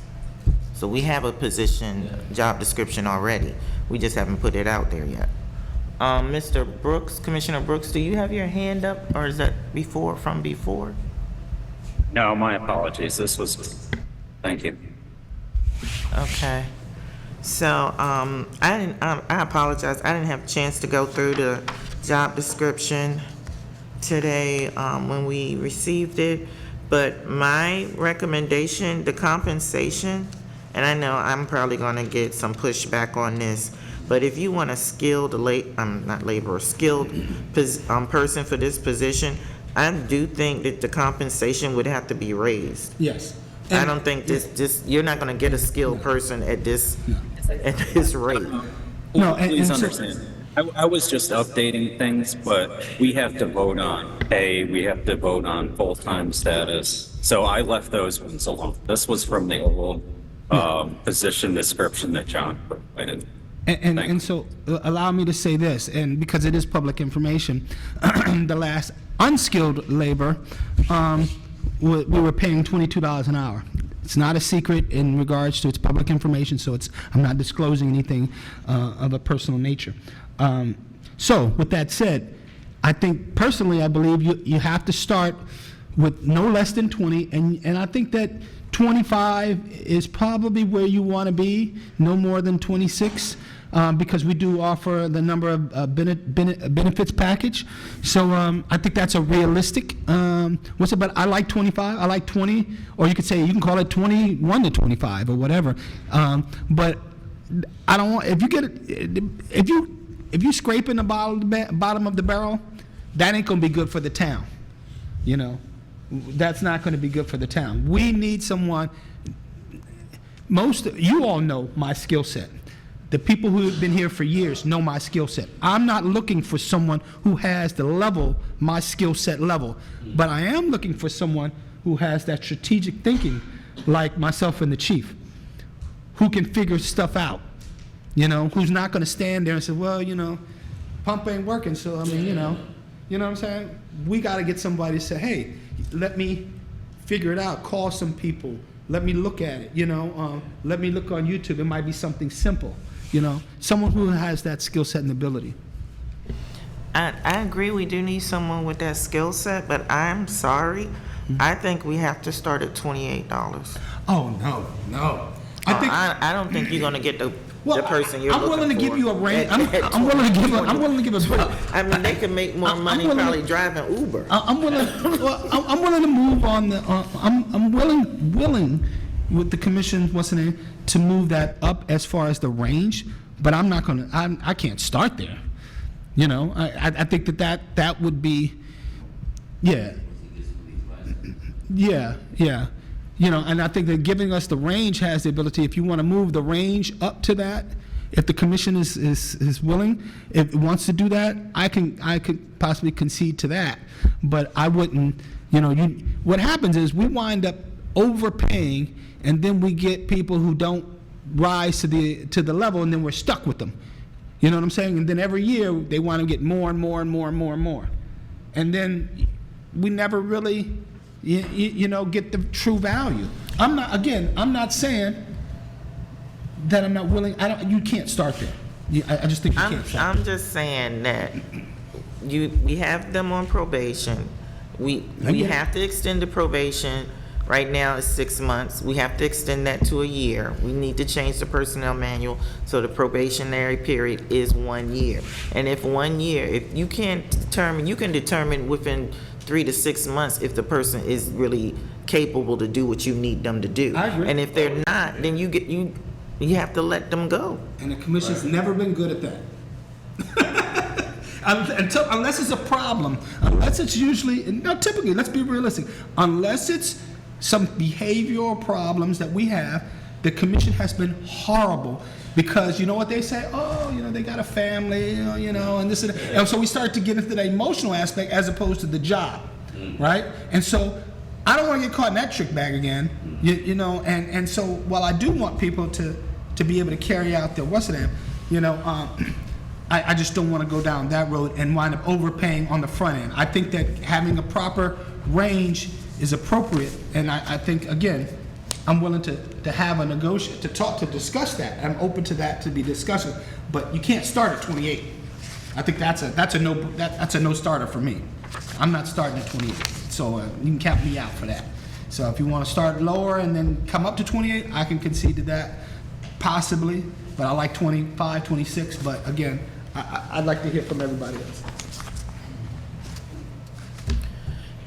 Any other comments from anyone else, Commissioner Henderson? Yes, and I would say if you start at 25, but also you could also say it gives them opportunity to either move up like just like Commissioner Givens said that they'll be willing to be CDL trained and, get some other licenses. Even though when they get those licenses, that don't mean they'll stay with us, but. No, but that's it. But let me interject you with that. But let me interject you with that and stop you before you go too far. What I propose, whenever we have, and this is something we used to do with the police department too. I'm not sure if they're doing this anymore. Whenever they had extensive training that required, that would cost the town an absorbent amount of money, what we did is we came back, and this was years ago. We did that. We required them to have like a 3-month or 6-month or whatever. You have to stay 6 months if you take this CDL training. Because if you take it and run with it, we've lost our money. Right. But we have to be able to get our value out of that, right? So, I mean, it still doesn't preclude you from being fired, per se, but you can't just up and take the CDL license and now I'm going to quit because I got my CDL license, now I'm going to go work for Battle Transportation. You know what I'm saying? Okay. So there has to be some parameters, just like we do when we hire police. They don't just come here out of the academy. We require them to, I think it's a 2-year, Chief could correct me if I'm wrong, I think it's a 2-year commitment or a 1.5 years or something like that. Yeah, but that's good. That's what I'm saying. Have something in writing or something in place. Absolutely. Okay. Absolutely. Commissioners Young or Brooks? Real quick, I would go with what Commissioner Givens said for price-wise, only because they get a really good benefits package here. I think that, a lot of people would be willing to accept it based off the benefits package. Thank you. So, I mean, I threw out a couple of different things based on Wanda's in her what's name. So where are we talking? What numbers are we talking? Because I initially threw out 21 to 25 or 26, and then Wanda had said 28, and started 28, and I said, well, I'm willing to go up to 28. So perhaps if the commission wants to do that, but it's based on skill set. I wouldn't go as low as 21. I would maybe start at maybe like 24, 23.50 even, but mostly 24, and then work up. Thank you. So you want to say 24 to 28? I would go with it. Is that you got it? You say, what do we do? We okay. So let's figure out what we're gonna negotiate. No. I started out saying I know I'm gonna get pushback. I knew that you guys weren't gonna agree to 28, but I'm fine if that's the number you guys want to go with. I'm fine. Henderson? I really feel you can negotiate too with the, sometimes when you bring in a new employee, you can always negotiate a little bit. It's who's doing the interviewing, I think. You be, like I said, shoot for not over 26, for me anyway. Not over 26? I mean, it's according to the skill set, but who's coming in? Yeah. I don't have any comments. Oh. Commissioner Brooks, you have your hand raised again? Nope, took it down right before you called on. Okay, Chief Ayers, you have your hand raised? Yes, a good idea is we have a program over at Prince George's Community College over at Westphalia. They have a VOTEC program. Young individuals that go into carpentry or plumbing, electrical work. My suggestion is probably put this application over there and see if we get one of those young guys that are still in school that are trying to get their degree that can come over and do this for a while, and they might enjoy being over here. Because I know for a fact there's a lot of people that go to that VOTEC wing over Westphalia, or even to do projects where they come and do projects over here for the town. If you go and talk to the teachers, the instructors will actually use this town as a work site where any things we have, they would come and repair it for us by letting these people get points for class projects. So these are some of the ideas that we probably could look into also.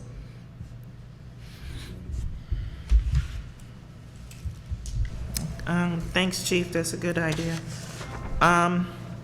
So this position, this skill position, they're not required to have a CDL. No. I mean, I'd like to have them to be willing to be trained on CDL because ain't nobody had no CDL before. The only reason we need someone, conceivably would need someone, I think you're going to need someone, because I don't think it's fair that the chief is the only, he has a CDL, but he's the chief of police. That's not his responsibility. No, so what I'm saying is, and having someone having the ability to be willing to be trained in the CDL license with the stipulation that they extend their, additional 6 months. And they can't leave within 6 months. Okay, I'm just gonna put this out there. We need someone with a CDL, because we have that big 25 passenger shuttle bus that is just sitting there that we can't use, that we paid $48,000 for, even though it came for a grant. We still spent that money and it's just sitting there and nobody's driving it. So we gotta get someone in here who is CDL certified. So I don't know if this position is gonna be the person, or if we're gonna have a separate position for just a CDL driver. Maybe it would be someone who's on call, and it would just be part-time, and we would only call them in when needed. But at that rate, they would only be working a few hours here and there on different events. Like we just had the District 47 event last night.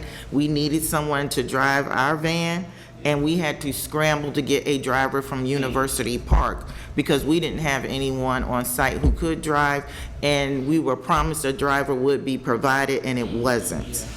So we have got to get someone with a CDL. Yeah. Well, And I think if you're gonna have someone part-time that's only coming in a couple hours as needed, you gotta pay them decent.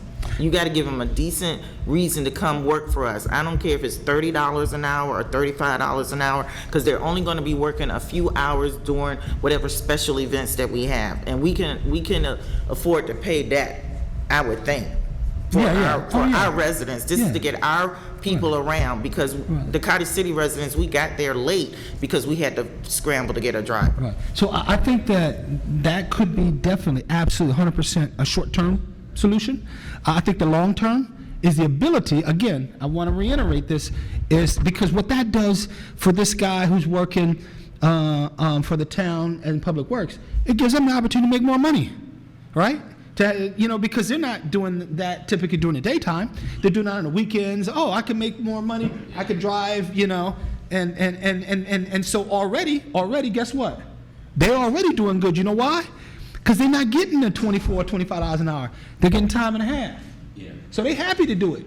And it's kind of sporadic, right? Typically, so we want to make sure that when we hire someone, we have that person in tune with that mindset.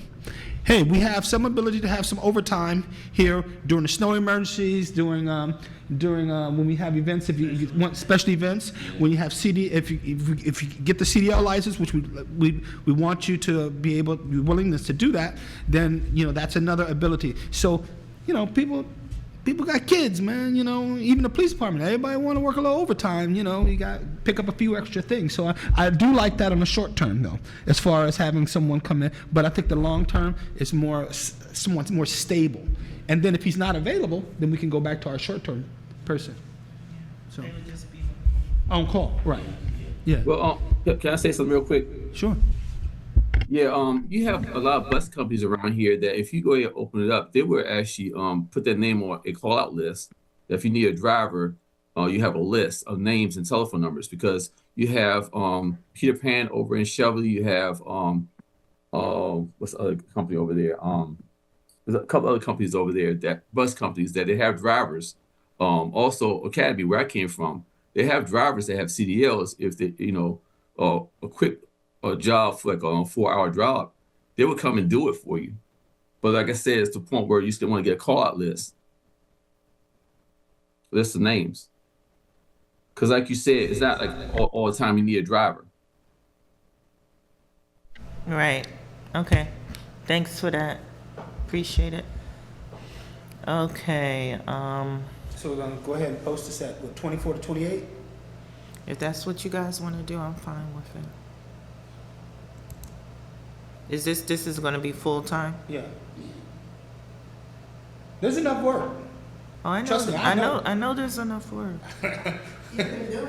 I've been doing it, and I can't keep doing it. And that's unfortunate. I need to get back to I've been injured, so I've been having the ability, but No, like I said, I'm fine with the number you guys came up with, but I was just, to me, and I agree with Commissioner Young when she says, we don't pay the best, so we get what we get. So if you're paying the minimum, you're gonna get the minimum.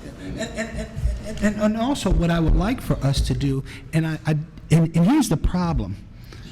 No. There's another thing I would like for to ensure that we do. We should be able to reach out to the Latino opportunities in the I guess the papers or the websites in which they advertise employment, because what happens is every time we've had job openings in Public Works or other positions, we never get Latino applicants typically, right? And we have to ask ourselves, why is that? Well, they're not on Indeed like that. You know what I'm saying? The ones that are on Indeed, the Latinos, especially in Public Works, that are on Indeed, they're called engineers. Engineers they wind up going to school, getting a certification and papers. That's $100,000 a year job, and they're buildings. They run buildings, and so they don't want this job. You know what I'm saying? So they're the more educated Latinos, and it doesn't mean it doesn't mean that the other people are not qualifiable, but they don't have access, right? And we need to make sure that. I want to make sure that we advertise in those realms. That's all.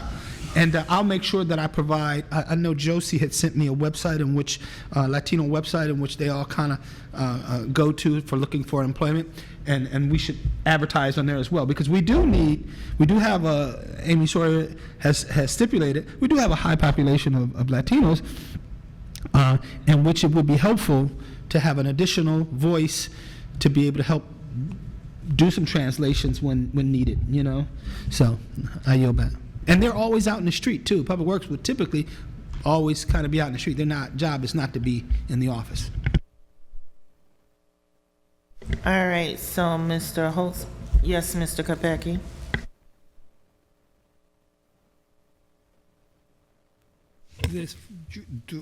This job description is good, but I think it asks for too much. If you want to operate all the equipment and vehicles, and to operate all other assigned equipment and vehicles, and performs any and all other tasks as assigned, it's going to be hard to find. And as far as looking for some employees, you might put an ad in the newsletter.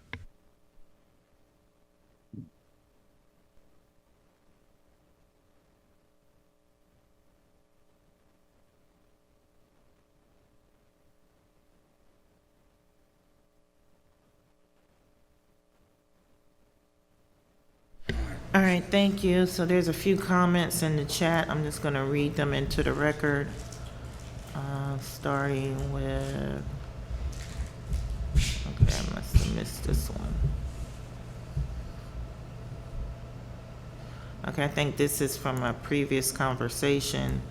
This is from Amy Sawyer. The land is very polluted on the corner of 38th and Bladensburg, so significant remediation would have to be done before it was appropriate for most uses other than a gas station or similar. Possible, but would need a lot of cleanup. I guess that's when we were talking about the strategic plan. Okay, the industrial area next to the DC border is all zoned for agriculture? No, that's not correct. All of those buildings could be retrofitted to have rooftop gardens. Grants are available through the rain check rebate and other entities. There could be an urban farm with jobs. So the county is actually getting ready to, they're doing some rezoning right now. Eastgate was, I think Mr. Decker came a couple of years ago and asked to be grandfathered in to keep the industrial, whatever that acronym is, but they are looking to change that to NAC, which is Neighborhood Activity Center. Okay, I can't read, again from Amy, I can't read the description. Is there something about the position interacting with the community? It would be great to have an individual who has special skills, who has social skills as well. Thank you for putting such thought into this new position. We would love to have someone join and stay for a long period of time. From Commissioner Brooks, yes, the position requires good customer service within the community with residents. From Terry Shaw, CDL drivers make $30 an hour starting. A Bobcat operator makes $28 an hour. Most benefits are only 10 to 12,000 at best. And it seems as this person has to work by themselves, so $28 to $30 an hour makes more sense. If they are to drive a bus, that's $30 an hour, period. Make it make sense. Well, again, and let me just follow up on that. Again, when we talk about the operation of the Bobcat, we're not talking about on a construction site working 4 or 6 hours. You know, you're talking about a couple of hours here and there. Most time, at most, it would be during a snow emergency. So that's not something that would be consistent. But it also, but in two, when we talk about the CDL driving the bus, we're not talking about $24 or $25 an hour. We're talking about time and a half. It's when they get off. And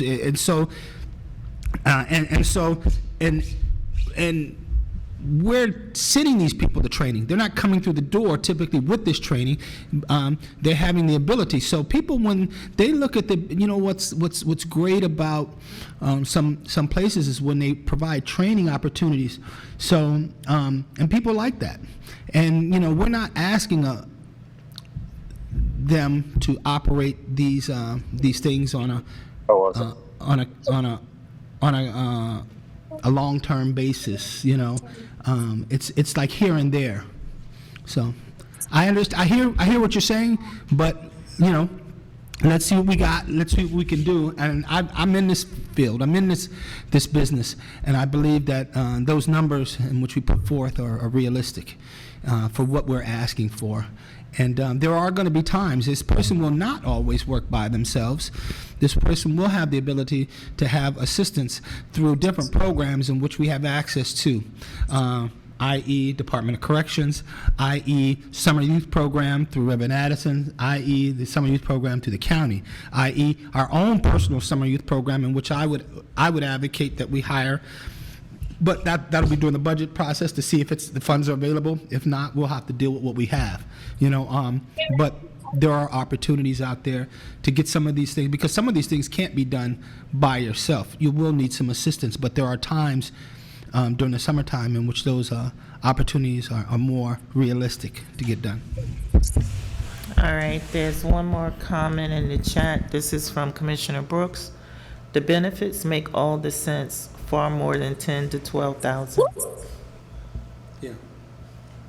So what the people think, what he's trying to say is, what people don't realize is, even on the police department, I had to pay into my benefits, my health care and stuff like that. They don't pay into health care here. We cover them, and because of the way they have it structured, the commission opted to have it structured, they don't even pay for their family. So as a part of the benefits package, you're getting your whole family covered, and you don't have to pay anything. That's huge. That's huge. So we're going to go with the job description that's in front of us tonight.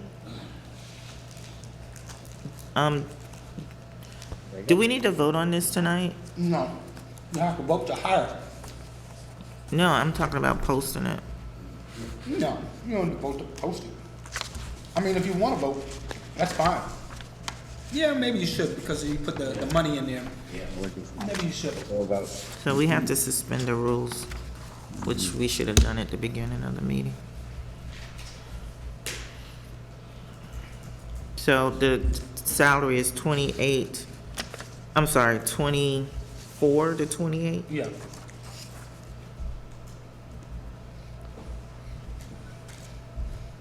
Got it. All right, so, is there a motion to suspend the rules tonight so that we may vote in tonight's meeting? So moved as read. Is there a second? Henderson, second. Thank you, Commissioner Givens, for your motion, and Commissioner Henderson for your second. We'll call for the vote, starting with Ward 1. Aye. Henderson, aye. Wheatley, aye. Givens, aye. Brooks, aye. Motion passes. There were no nays or abstentions. We have suspended the rules so that we may vote on tonight's Public Works skilled labor position to be posted in all social media, Indeed, MML, website, and any other locations that are appropriate. If possible, it would be nice if we could get it in the newsletter. I would rather hire a resident than hire someone outside, but if we can't get a resident, that's fine. So I need a motion to post this position. So moved Brooks, as I well. make a motion. Given second. Commissioner Brooks, can you finish the motion? Yeah, I make a motion that we move forward with this job description. Need the numbers, the salary range, please.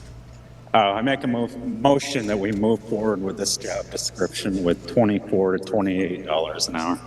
Full-time. Full-time. Thank you. Is there a second? Givens, I second. Thank you, Commissioner Brooks, for your motion, and Commissioner Givens for your second. We'll call for the vote, starting with Ward 1.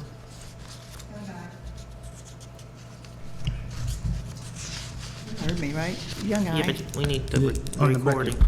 On the record. Henderson, aye. Can you go again with the mic on, please? I just did with the mic on, young eye. Okay, thank you. Henderson, aye. Wheatley, aye. Givens, aye. Brooks, Thank you. The motion passes. There are no nays or abstentions. Next agenda item, please. Next agenda item is, Jeff Wilkinson has reached out, and he is having problems with people running the stop sign at 41st Avenue and Parkwood. He's had an incident where I think some children have almost been hit by the vehicles. And he is wondering, wants to have a discussion about possible speed bump or anything that would remedy the situation, and thought it would be good to put it on the agenda to hear from the commission. Okay, thank you. Commissioner Givens, you would like to speak? So I think the short-term solution, well, of course, what's the gentleman's name again? Well, the Mr. gentleman. Wilkinson, Jeff Mr. Wilkinson. Mr. Wilkinson, I think we need to give him information in regards to how to go about getting a speed hump installed, and that location, the petition. I think that would be more of a long-term, but a short-term solution would be the ability to, Chief, is our speed camera, our speed, I'm talking about, not camera, but the speed monitoring device that's hooked up to the trailer, to the back of a vehicle that has a hitch to it, is it in operation? Yeah, it's operation, but we had a vehicle down, so once we get it back from the shop, we can put it out there. Okay, And all right. that's the SUV. Yes, sir. Okay, all right, so. And I think we still have to put a hitch on the other sedan, and that means we have two vehicles we put out there. But right now the sedan doesn't have a hitch, but I could put it in the shop and get a hitch for it. Yeah, perhaps you can get that done. I know at U-Haul, I think we had them done the same day or the next day when we were going to U-Haul Florida for do like the same day. $100 or something like that. And Yes, sir. and so I think that would be that's a great idea. I think that's a quick short-term solution. And if Mr. Holtzen could work with the chief and then see when we can get that done, and then advise Mr. Wilkinson of our short-term and the information for a long-term, I think that would be, I think that would address a lot of the issue. Yes, and also our trailer with surveillance is supposed to be back, hopefully in 2 weeks, and that trailer can go out there with the camera on it, and that should be back, hopefully in 2 weeks, and that was Okay. put together by a grant. Okay. All right. Thank you.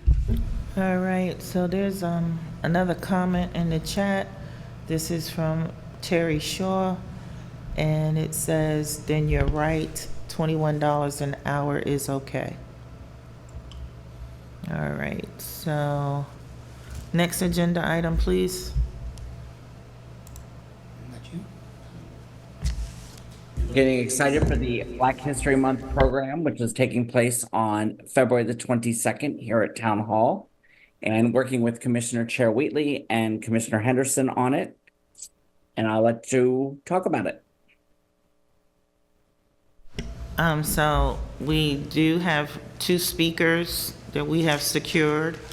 One of them is our lovely Miss Cynthia Henderson, which is a Cottage City resident and also the wife of Commissioner Henderson.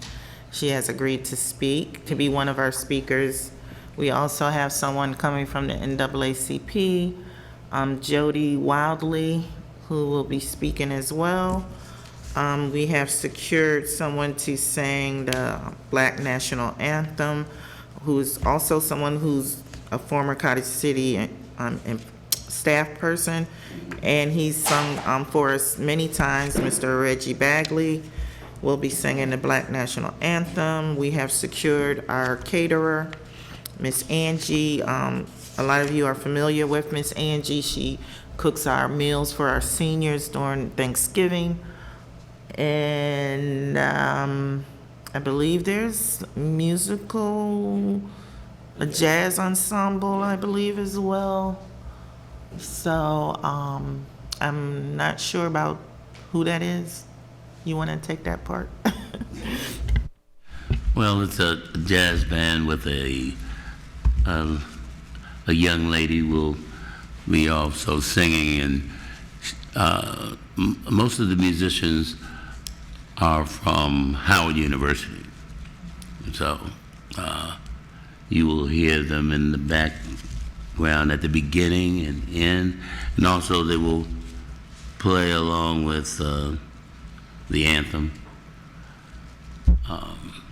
But we talked with John about also how he wanted it situated and when they should play, and also where they will be set up here in the town hall.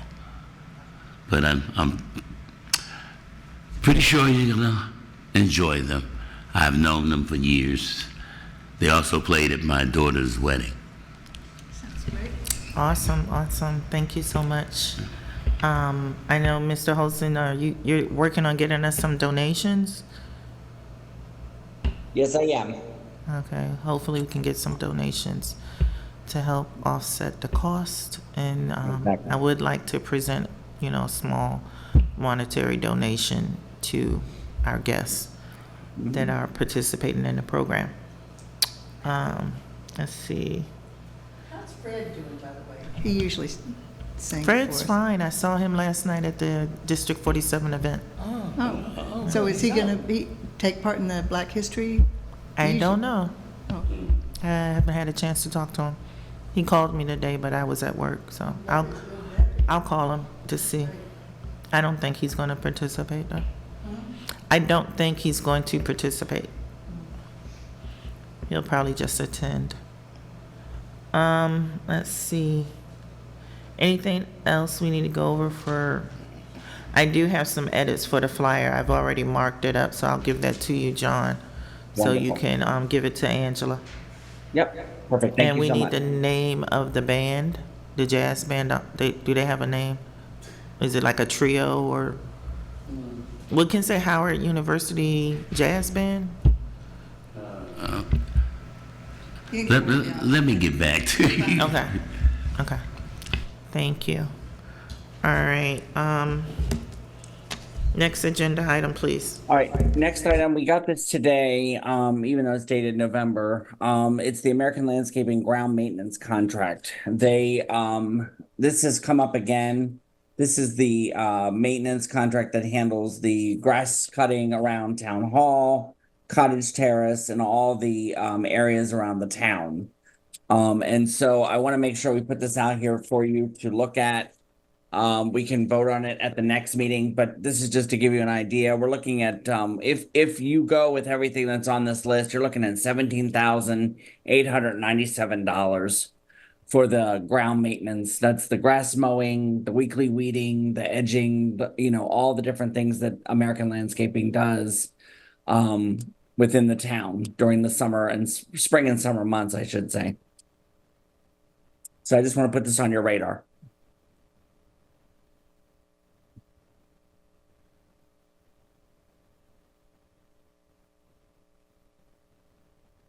What is a triangle bump out?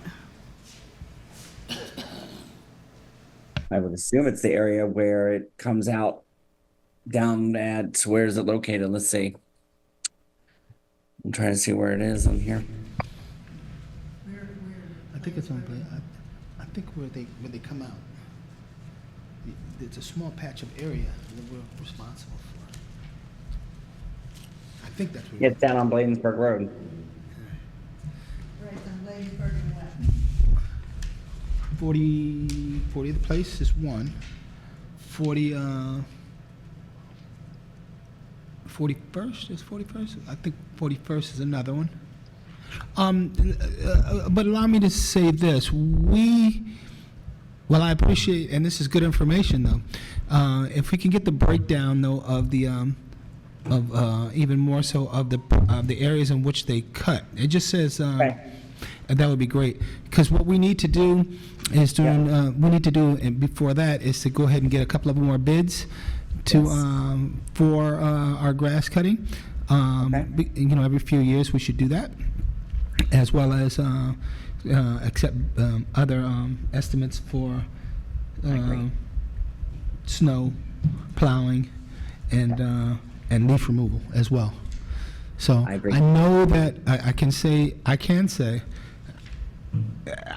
I'm impressed. I'm not sure if Juan is impressed, but the job that they've done over in the townhouses, the company over there has done, at least with the trees. I thought they did a great job, and because they were very fast and seemingly efficient. So I mean, and we should always be looking for other opportunities as far as pricing and so on so forth. It's not that American Landscape has done a bad job or anything like that, but again, we want to make sure that we're getting a good price, and during the budget process. At you. I have another question. There's a reference to path at railroad tracks up to stop sign at 38th Street. I presume you're talking about the path on this side of 38. Right. That's what I'm believe. But on the other side of 38th, there's a whole area of grass. Did they cut that? Well, in the past, I'm not sure who cuts it. It seems like sometimes our own people have cut it, but it seems like if they're going to cut this side, then we probably ought to. What? It's being cut though, right? It's being cut, right? Do you know who cuts that, Bill? It's,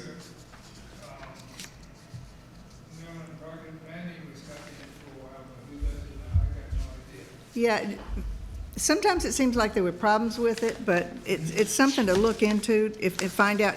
If Parks and Planning is supposed to do it, that's fine. But if they're not, we might want to look into it.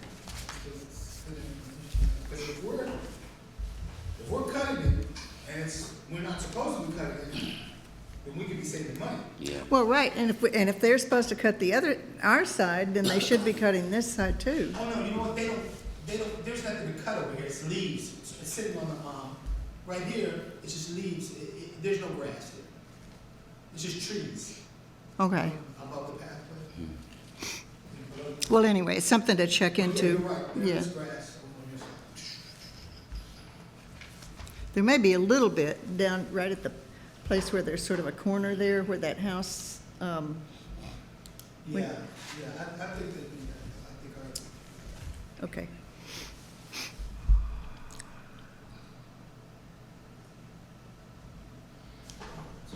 Any other questions in regards to this contract? Yep, John here on that. Okay, go ahead. John Hosen, how does this one compare to last year? It did go up, like I said, and I do agree that this is just been given to me just today. I do think it's a good idea to go ahead because we are going into budget season to get 3 bids on these, as well as snow, as well as leaf, all that, and come back and present it to you. I just wanted to hear from you as to what your thoughts were. So this is a Could you good give us- preliminary discussion. Could you give us an idea of how much it went up? Sure. And then I had one other question before you're looking that up. So a resident brought up that they were cutting grass last year in the summer, but I was just more curious, if it's dry throughout the summer, do they still come regardless, or do they kind of fluctuate?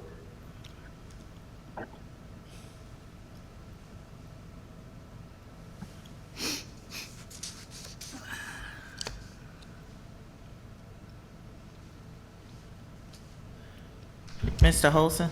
So according to Karen, the price is the same service went up $133 for the 2-year period.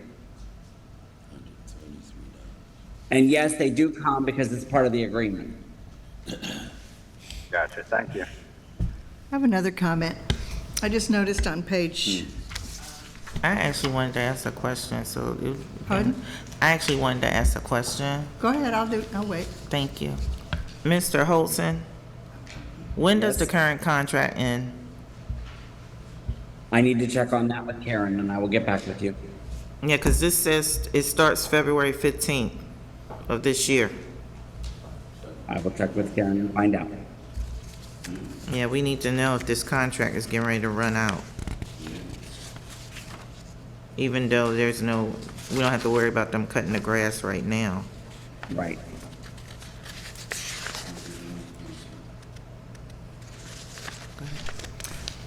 I noticed there's references in here to various things that they would put on the grass and so forth. I think we need to specify no Roundup. My brother died from Roundup poisoning. That's what the doctors said. I don't know. They did. I mean, it could be in business now. I don't know. Oh, I don't know. They've been winning, they've been winning all the lawsuits. I didn't hear about that. They've been winning all the lawsuits, but my brother's doctor said that that was what killed him. It gave him a certain specific type of cancer that is caused by that. I know I And- don't use No, they have, they've got some power and they've managed to overcome a lot of the lawsuits. Commissioner Brooks, you have your hand raised? Sorry, no, I've dropped it. Okay. If there's no further discussion in regards to this contract, I believe we are at the end of our agenda. I'm going to open the floor for public comments. You have 3 minutes. Please state your name and address if you'd like to speak, or raise your hand, or come to the mic.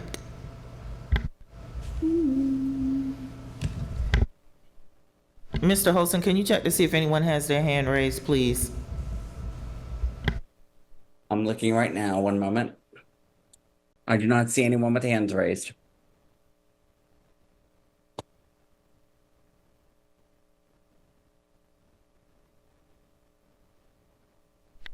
Anyone in the room?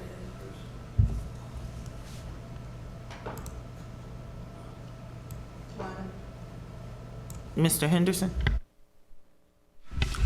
Is there any way I can, you asked me about, I know going back up a little bit, but you asked me about the jazz band. I have the name if you want it.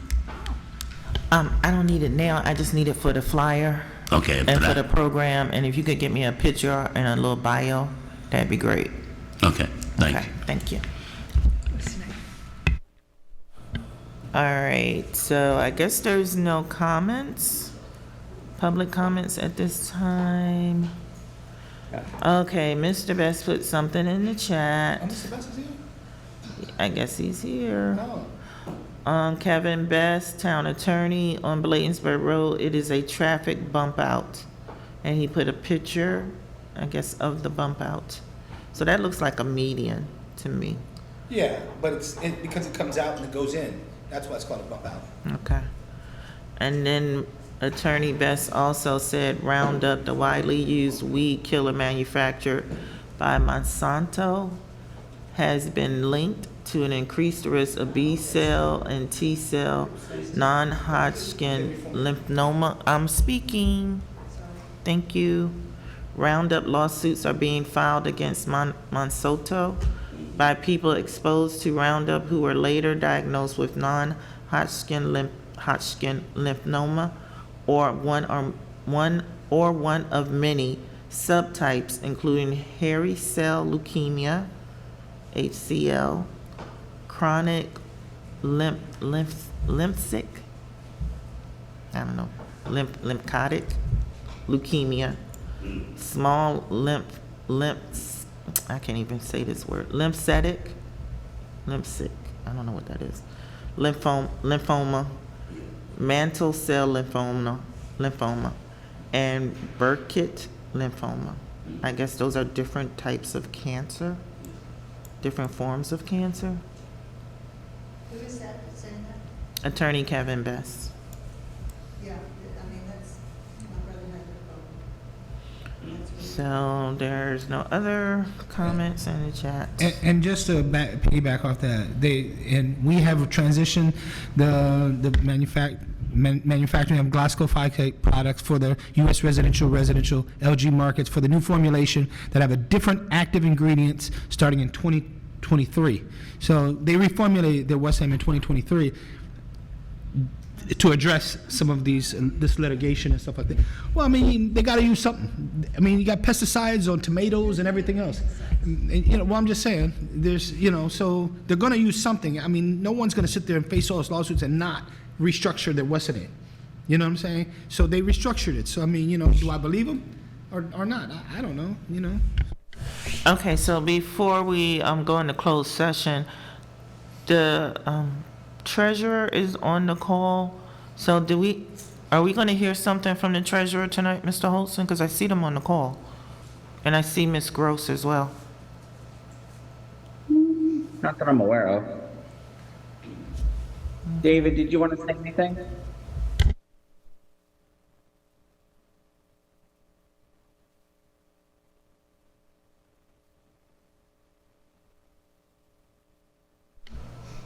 I guess not. Todd was up here as well, but it looks like Todd left. All right, so we do need to go into a closed session. So, let's see. So, general provisions, Article 3-305B, to discuss the appointment, employment, assignment, promotion, discipline, demotion, compensation, removal, resignation, or performance evaluation of appointees, employees, or officials over whom this public body has jurisdiction. Any other personnel matter that affects one or more specific individuals, to consult with counsel to obtain legal advice. So again, we need to go into closed session to discuss some personnel matters and to get some legal advice. So is there a motion at 9:02 p.m. to go into closed session? So moved as read. Gibbons. Is there a second? Henderson said. So I heard Henderson first, so Givens made the motion. Henderson made the second. Call for the vote. Those in favor, please say aye. Young, aye. Henderson, aye. Wheatley, aye. Gibbons, aye. Brooks, aye.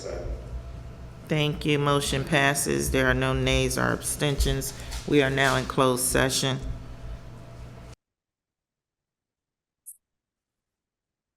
Thank you. It is 10:01. We are back in open session. We went into closed session to discuss personnel matters, and we also discussed code compliance issues. Those in attendance were the 5 commissioners, the town attorney, and the town manager.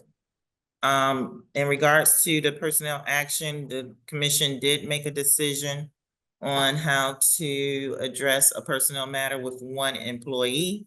The town manager and the town attorney were given instructions on how to proceed next based on the commission's recommendation. In regards to the code compliance issue, the resident that had a complaint discussed it with the commission. The commission heard the complaint. The resident did concede that they had some issues with their home and that they're going to address them at some time. I don't think that's accurate. Well, tell me what happened then. What happened? With regard to my home, I didn't say your home, I said a resident. But if you want to say it's your home, go you ahead. said the You said a resident. I said a resident. I never identified who. As long as you're not identifying. I didn't. I said a resident. But you just identified yourself, so thank you. Personal payback. It's not a payback. It's not a payback. If you were listening, you would have known I never identified anyone. I never even said the employee's name. I said a employee and a resident. If you were listening, you would have known that. I don't really hear this. Okay, so, Mr. Best, is there anything else I need to say before we adjourn? You did give your legal advice, and we did receive legal advice from Town Attorney Best. Did you state who was present at the closed session? Yes, I said that in the very beginning. I said the 5 commissioners, the town manager, and the town attorney. Okay. Okay, I think I got everything covered. It's now 10:04. Is there a motion to go, to adjourn this meeting at 10:04? So moved as read. as read. Commissioner Givens said that Brooks, first. second. Second. Call for the vote. Yeah. Wheatley, aye. Givens, aye.